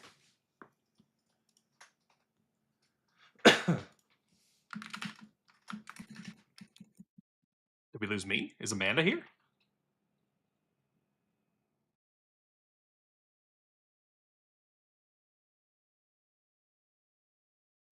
Meredith is back. Sorry, my audio cut out for some reason. Amanda is currently muted. We're just Which I could unmute her, which would be hilarious. But What? Ah! Ha ha ha ha ha. I was just pointing out, good. Just in time. Is it my turn? I don't know. Did you want to read this one, or do you want me to read this one? This is the final. So clearly we just alternate words. No, you're good. Recommendation. Recommendation.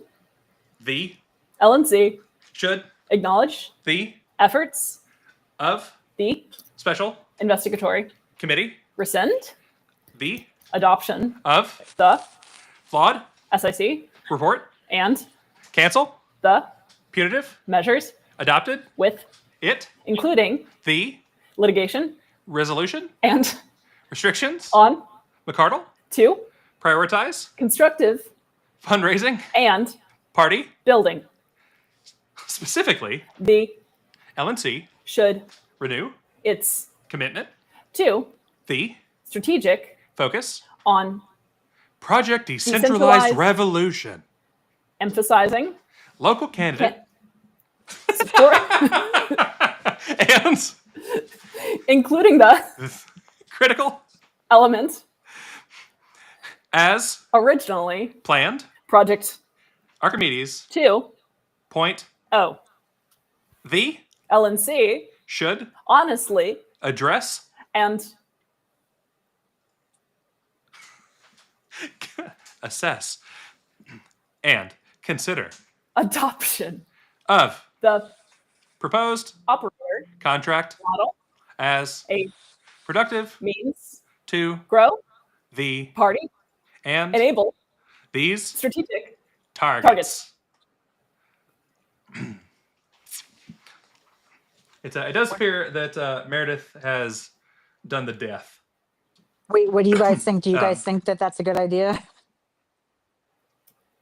The PDR I'm with the generally of the operators opinion. thing?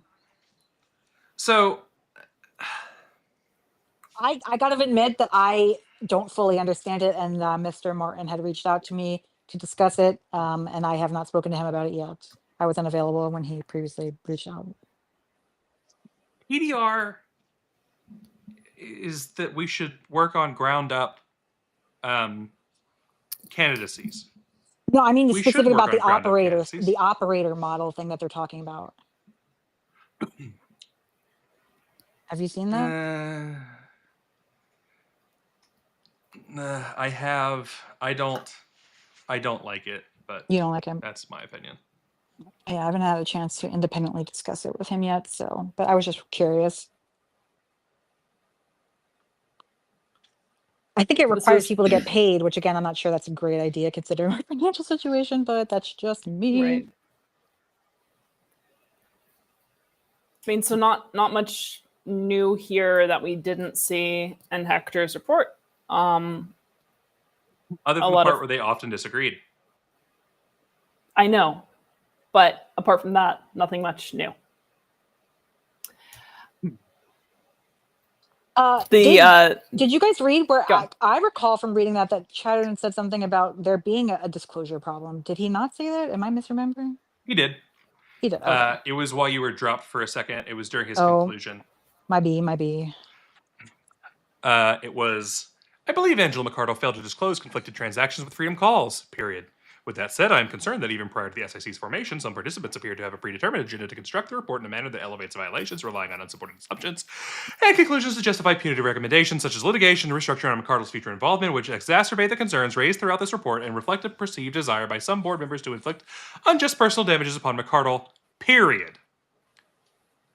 That entire paragraph was 2 sentences where the second sentence starts on the first line. I've done that. I understand that I'll make that's it a look good. common Mises Caucus refrain, is that there's a personal vendetta here. Yeah. I mean, that's one of the few things they have in terms of I like mean, the people all who of are, us on the LNC who were in the Mises Caucus and are no longer in the Mises Caucus and were on what I believe to be the right side of this issue were personal friends of Miss McCardle. So I don't know why there'd be some sort of suggestion that we would want to do undue harm to her because of that. That's kind of crazy. I do feel slightly, bamboozled, but okay, I've been bamboozled by friends before. Mhm. I'm a girl. Oh, don't you worry. Men are also stupid. No, men are perfect. Hell yeah. All right, guys. You made it through 2 disagreements. After making it through the 4 hours with funny voices, you made it through 2 very unfunny voiced readings of 2 rebuttals to the SIC report. Dubiously authored rebuttals to the SIC report. Don't do AI, kids. Read things. And once again, because we have new people that have joined us since we last put out a mid-show call for joining LP Alliance, please do. Please join LP Alliance, join our Discord, follow us on social media, support us. This is a temporary GoFundMe to help us get up and running in terms of all our initiatives. The thing that I keep being distracted by, for the record, is speaking with the treasurer to try to get the 527 done. It's that temporary. We're looking for this to be fixed in the next week. When Kyle says speaking with the treasurer to get 527 done, what he means is browsing OnlyFans. That's his. You don't have one. I keep telling you, you would be successful. I block you from it so that you don't see. All right. I don't have an account, so good luck. That's what you told me. Again, No Kings. There are going to be 2 more No Kings protests, at least in July, one on the 4th and one on the, what did I say it was? The 17th? Did I just make that up? The 17th. Good. Okay, wonderful. The 4th and the 17th. Again, as you heard, if you were listening in the middle of the show, it is very important for us to get out there and have a libertarian presence. And we are working on coordinating messaging and rhetoric as well. Right now, No Kings does not have a concrete list of demands. Rarely do the first movers in contentious politics actually have a list of demonstration demands, for the reason that these movements need to be very global. Therefore, they try to appeal to as large an audience as possible, which means not being very specific about what they want. That gives the second and third movers an opportunity to come in and co-opt the movement with their demands, which is what we are trying to do, because otherwise we just get another flavor of totalitarianism. But that requires showing up and making our voices heard and being uniform, at least in terms of the general attitude that we're projecting, but also having concrete messaging, right? And again, this is why you see in the history of mass movements, usually the people who come out on top and to emerge as the victors of mass uprisings are not the initial organizers of the first demonstrations, for precisely this reason. The initial organizers are the ones who make it appealing to everyone, and then there are people who come in and actually direct the tenor after that momentum has already been galvanized. Momentum's been galvanized, it's laid out for us, so we go in on the 4th, on the 17th, and throughout the rest of the summer, then we start building momentum for our own in-house protests, but all the while we are being specific about what we are projecting and what we are demanding in this brave new wave of civil civil disobedience, and rebellion.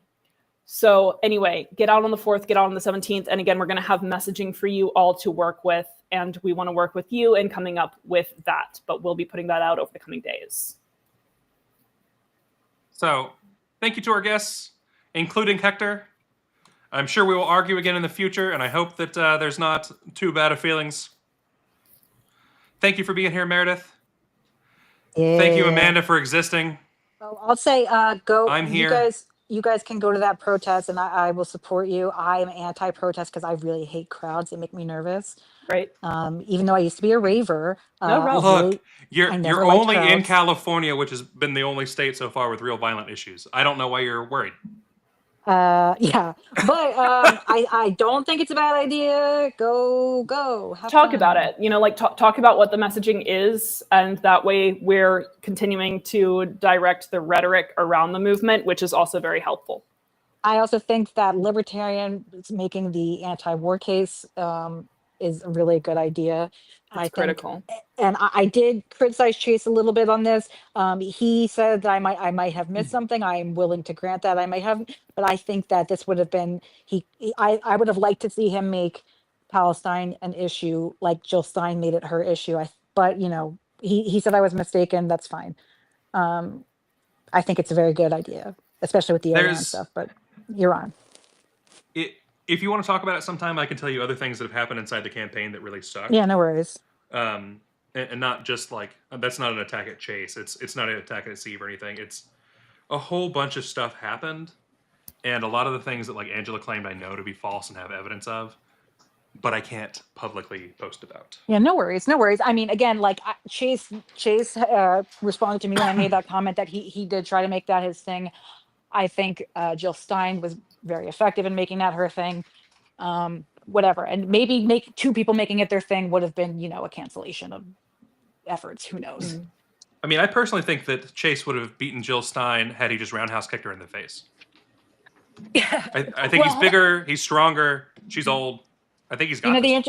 The interesting thing is Chase's October 7th post. I remember it was very interesting. I remember when he did it, I was like, it's very politician of him, the way he wrote it and everything. But to me, I think it was a tactical error. That's all I'm going to say about that. At any rate, we will be back on Thursday with a business list. We'll be back on Saturday with Chase for a stream about Stonewall, which should be fun. And who the heck knows, we might be back on Wednesday and Friday as well. I don't know at this point. It's really anything goes. But we will definitely be here Thursday at 8 Eastern for the business list and Saturday at 8 Eastern for this day in Liberty history, Stonewall. Ooh, that's Freeze asked who won. Free, you run the game show where you're the government. You know who always ends up winning until we're more successful in the future. Hi, Free. Ooh. All right. Catch everybody later.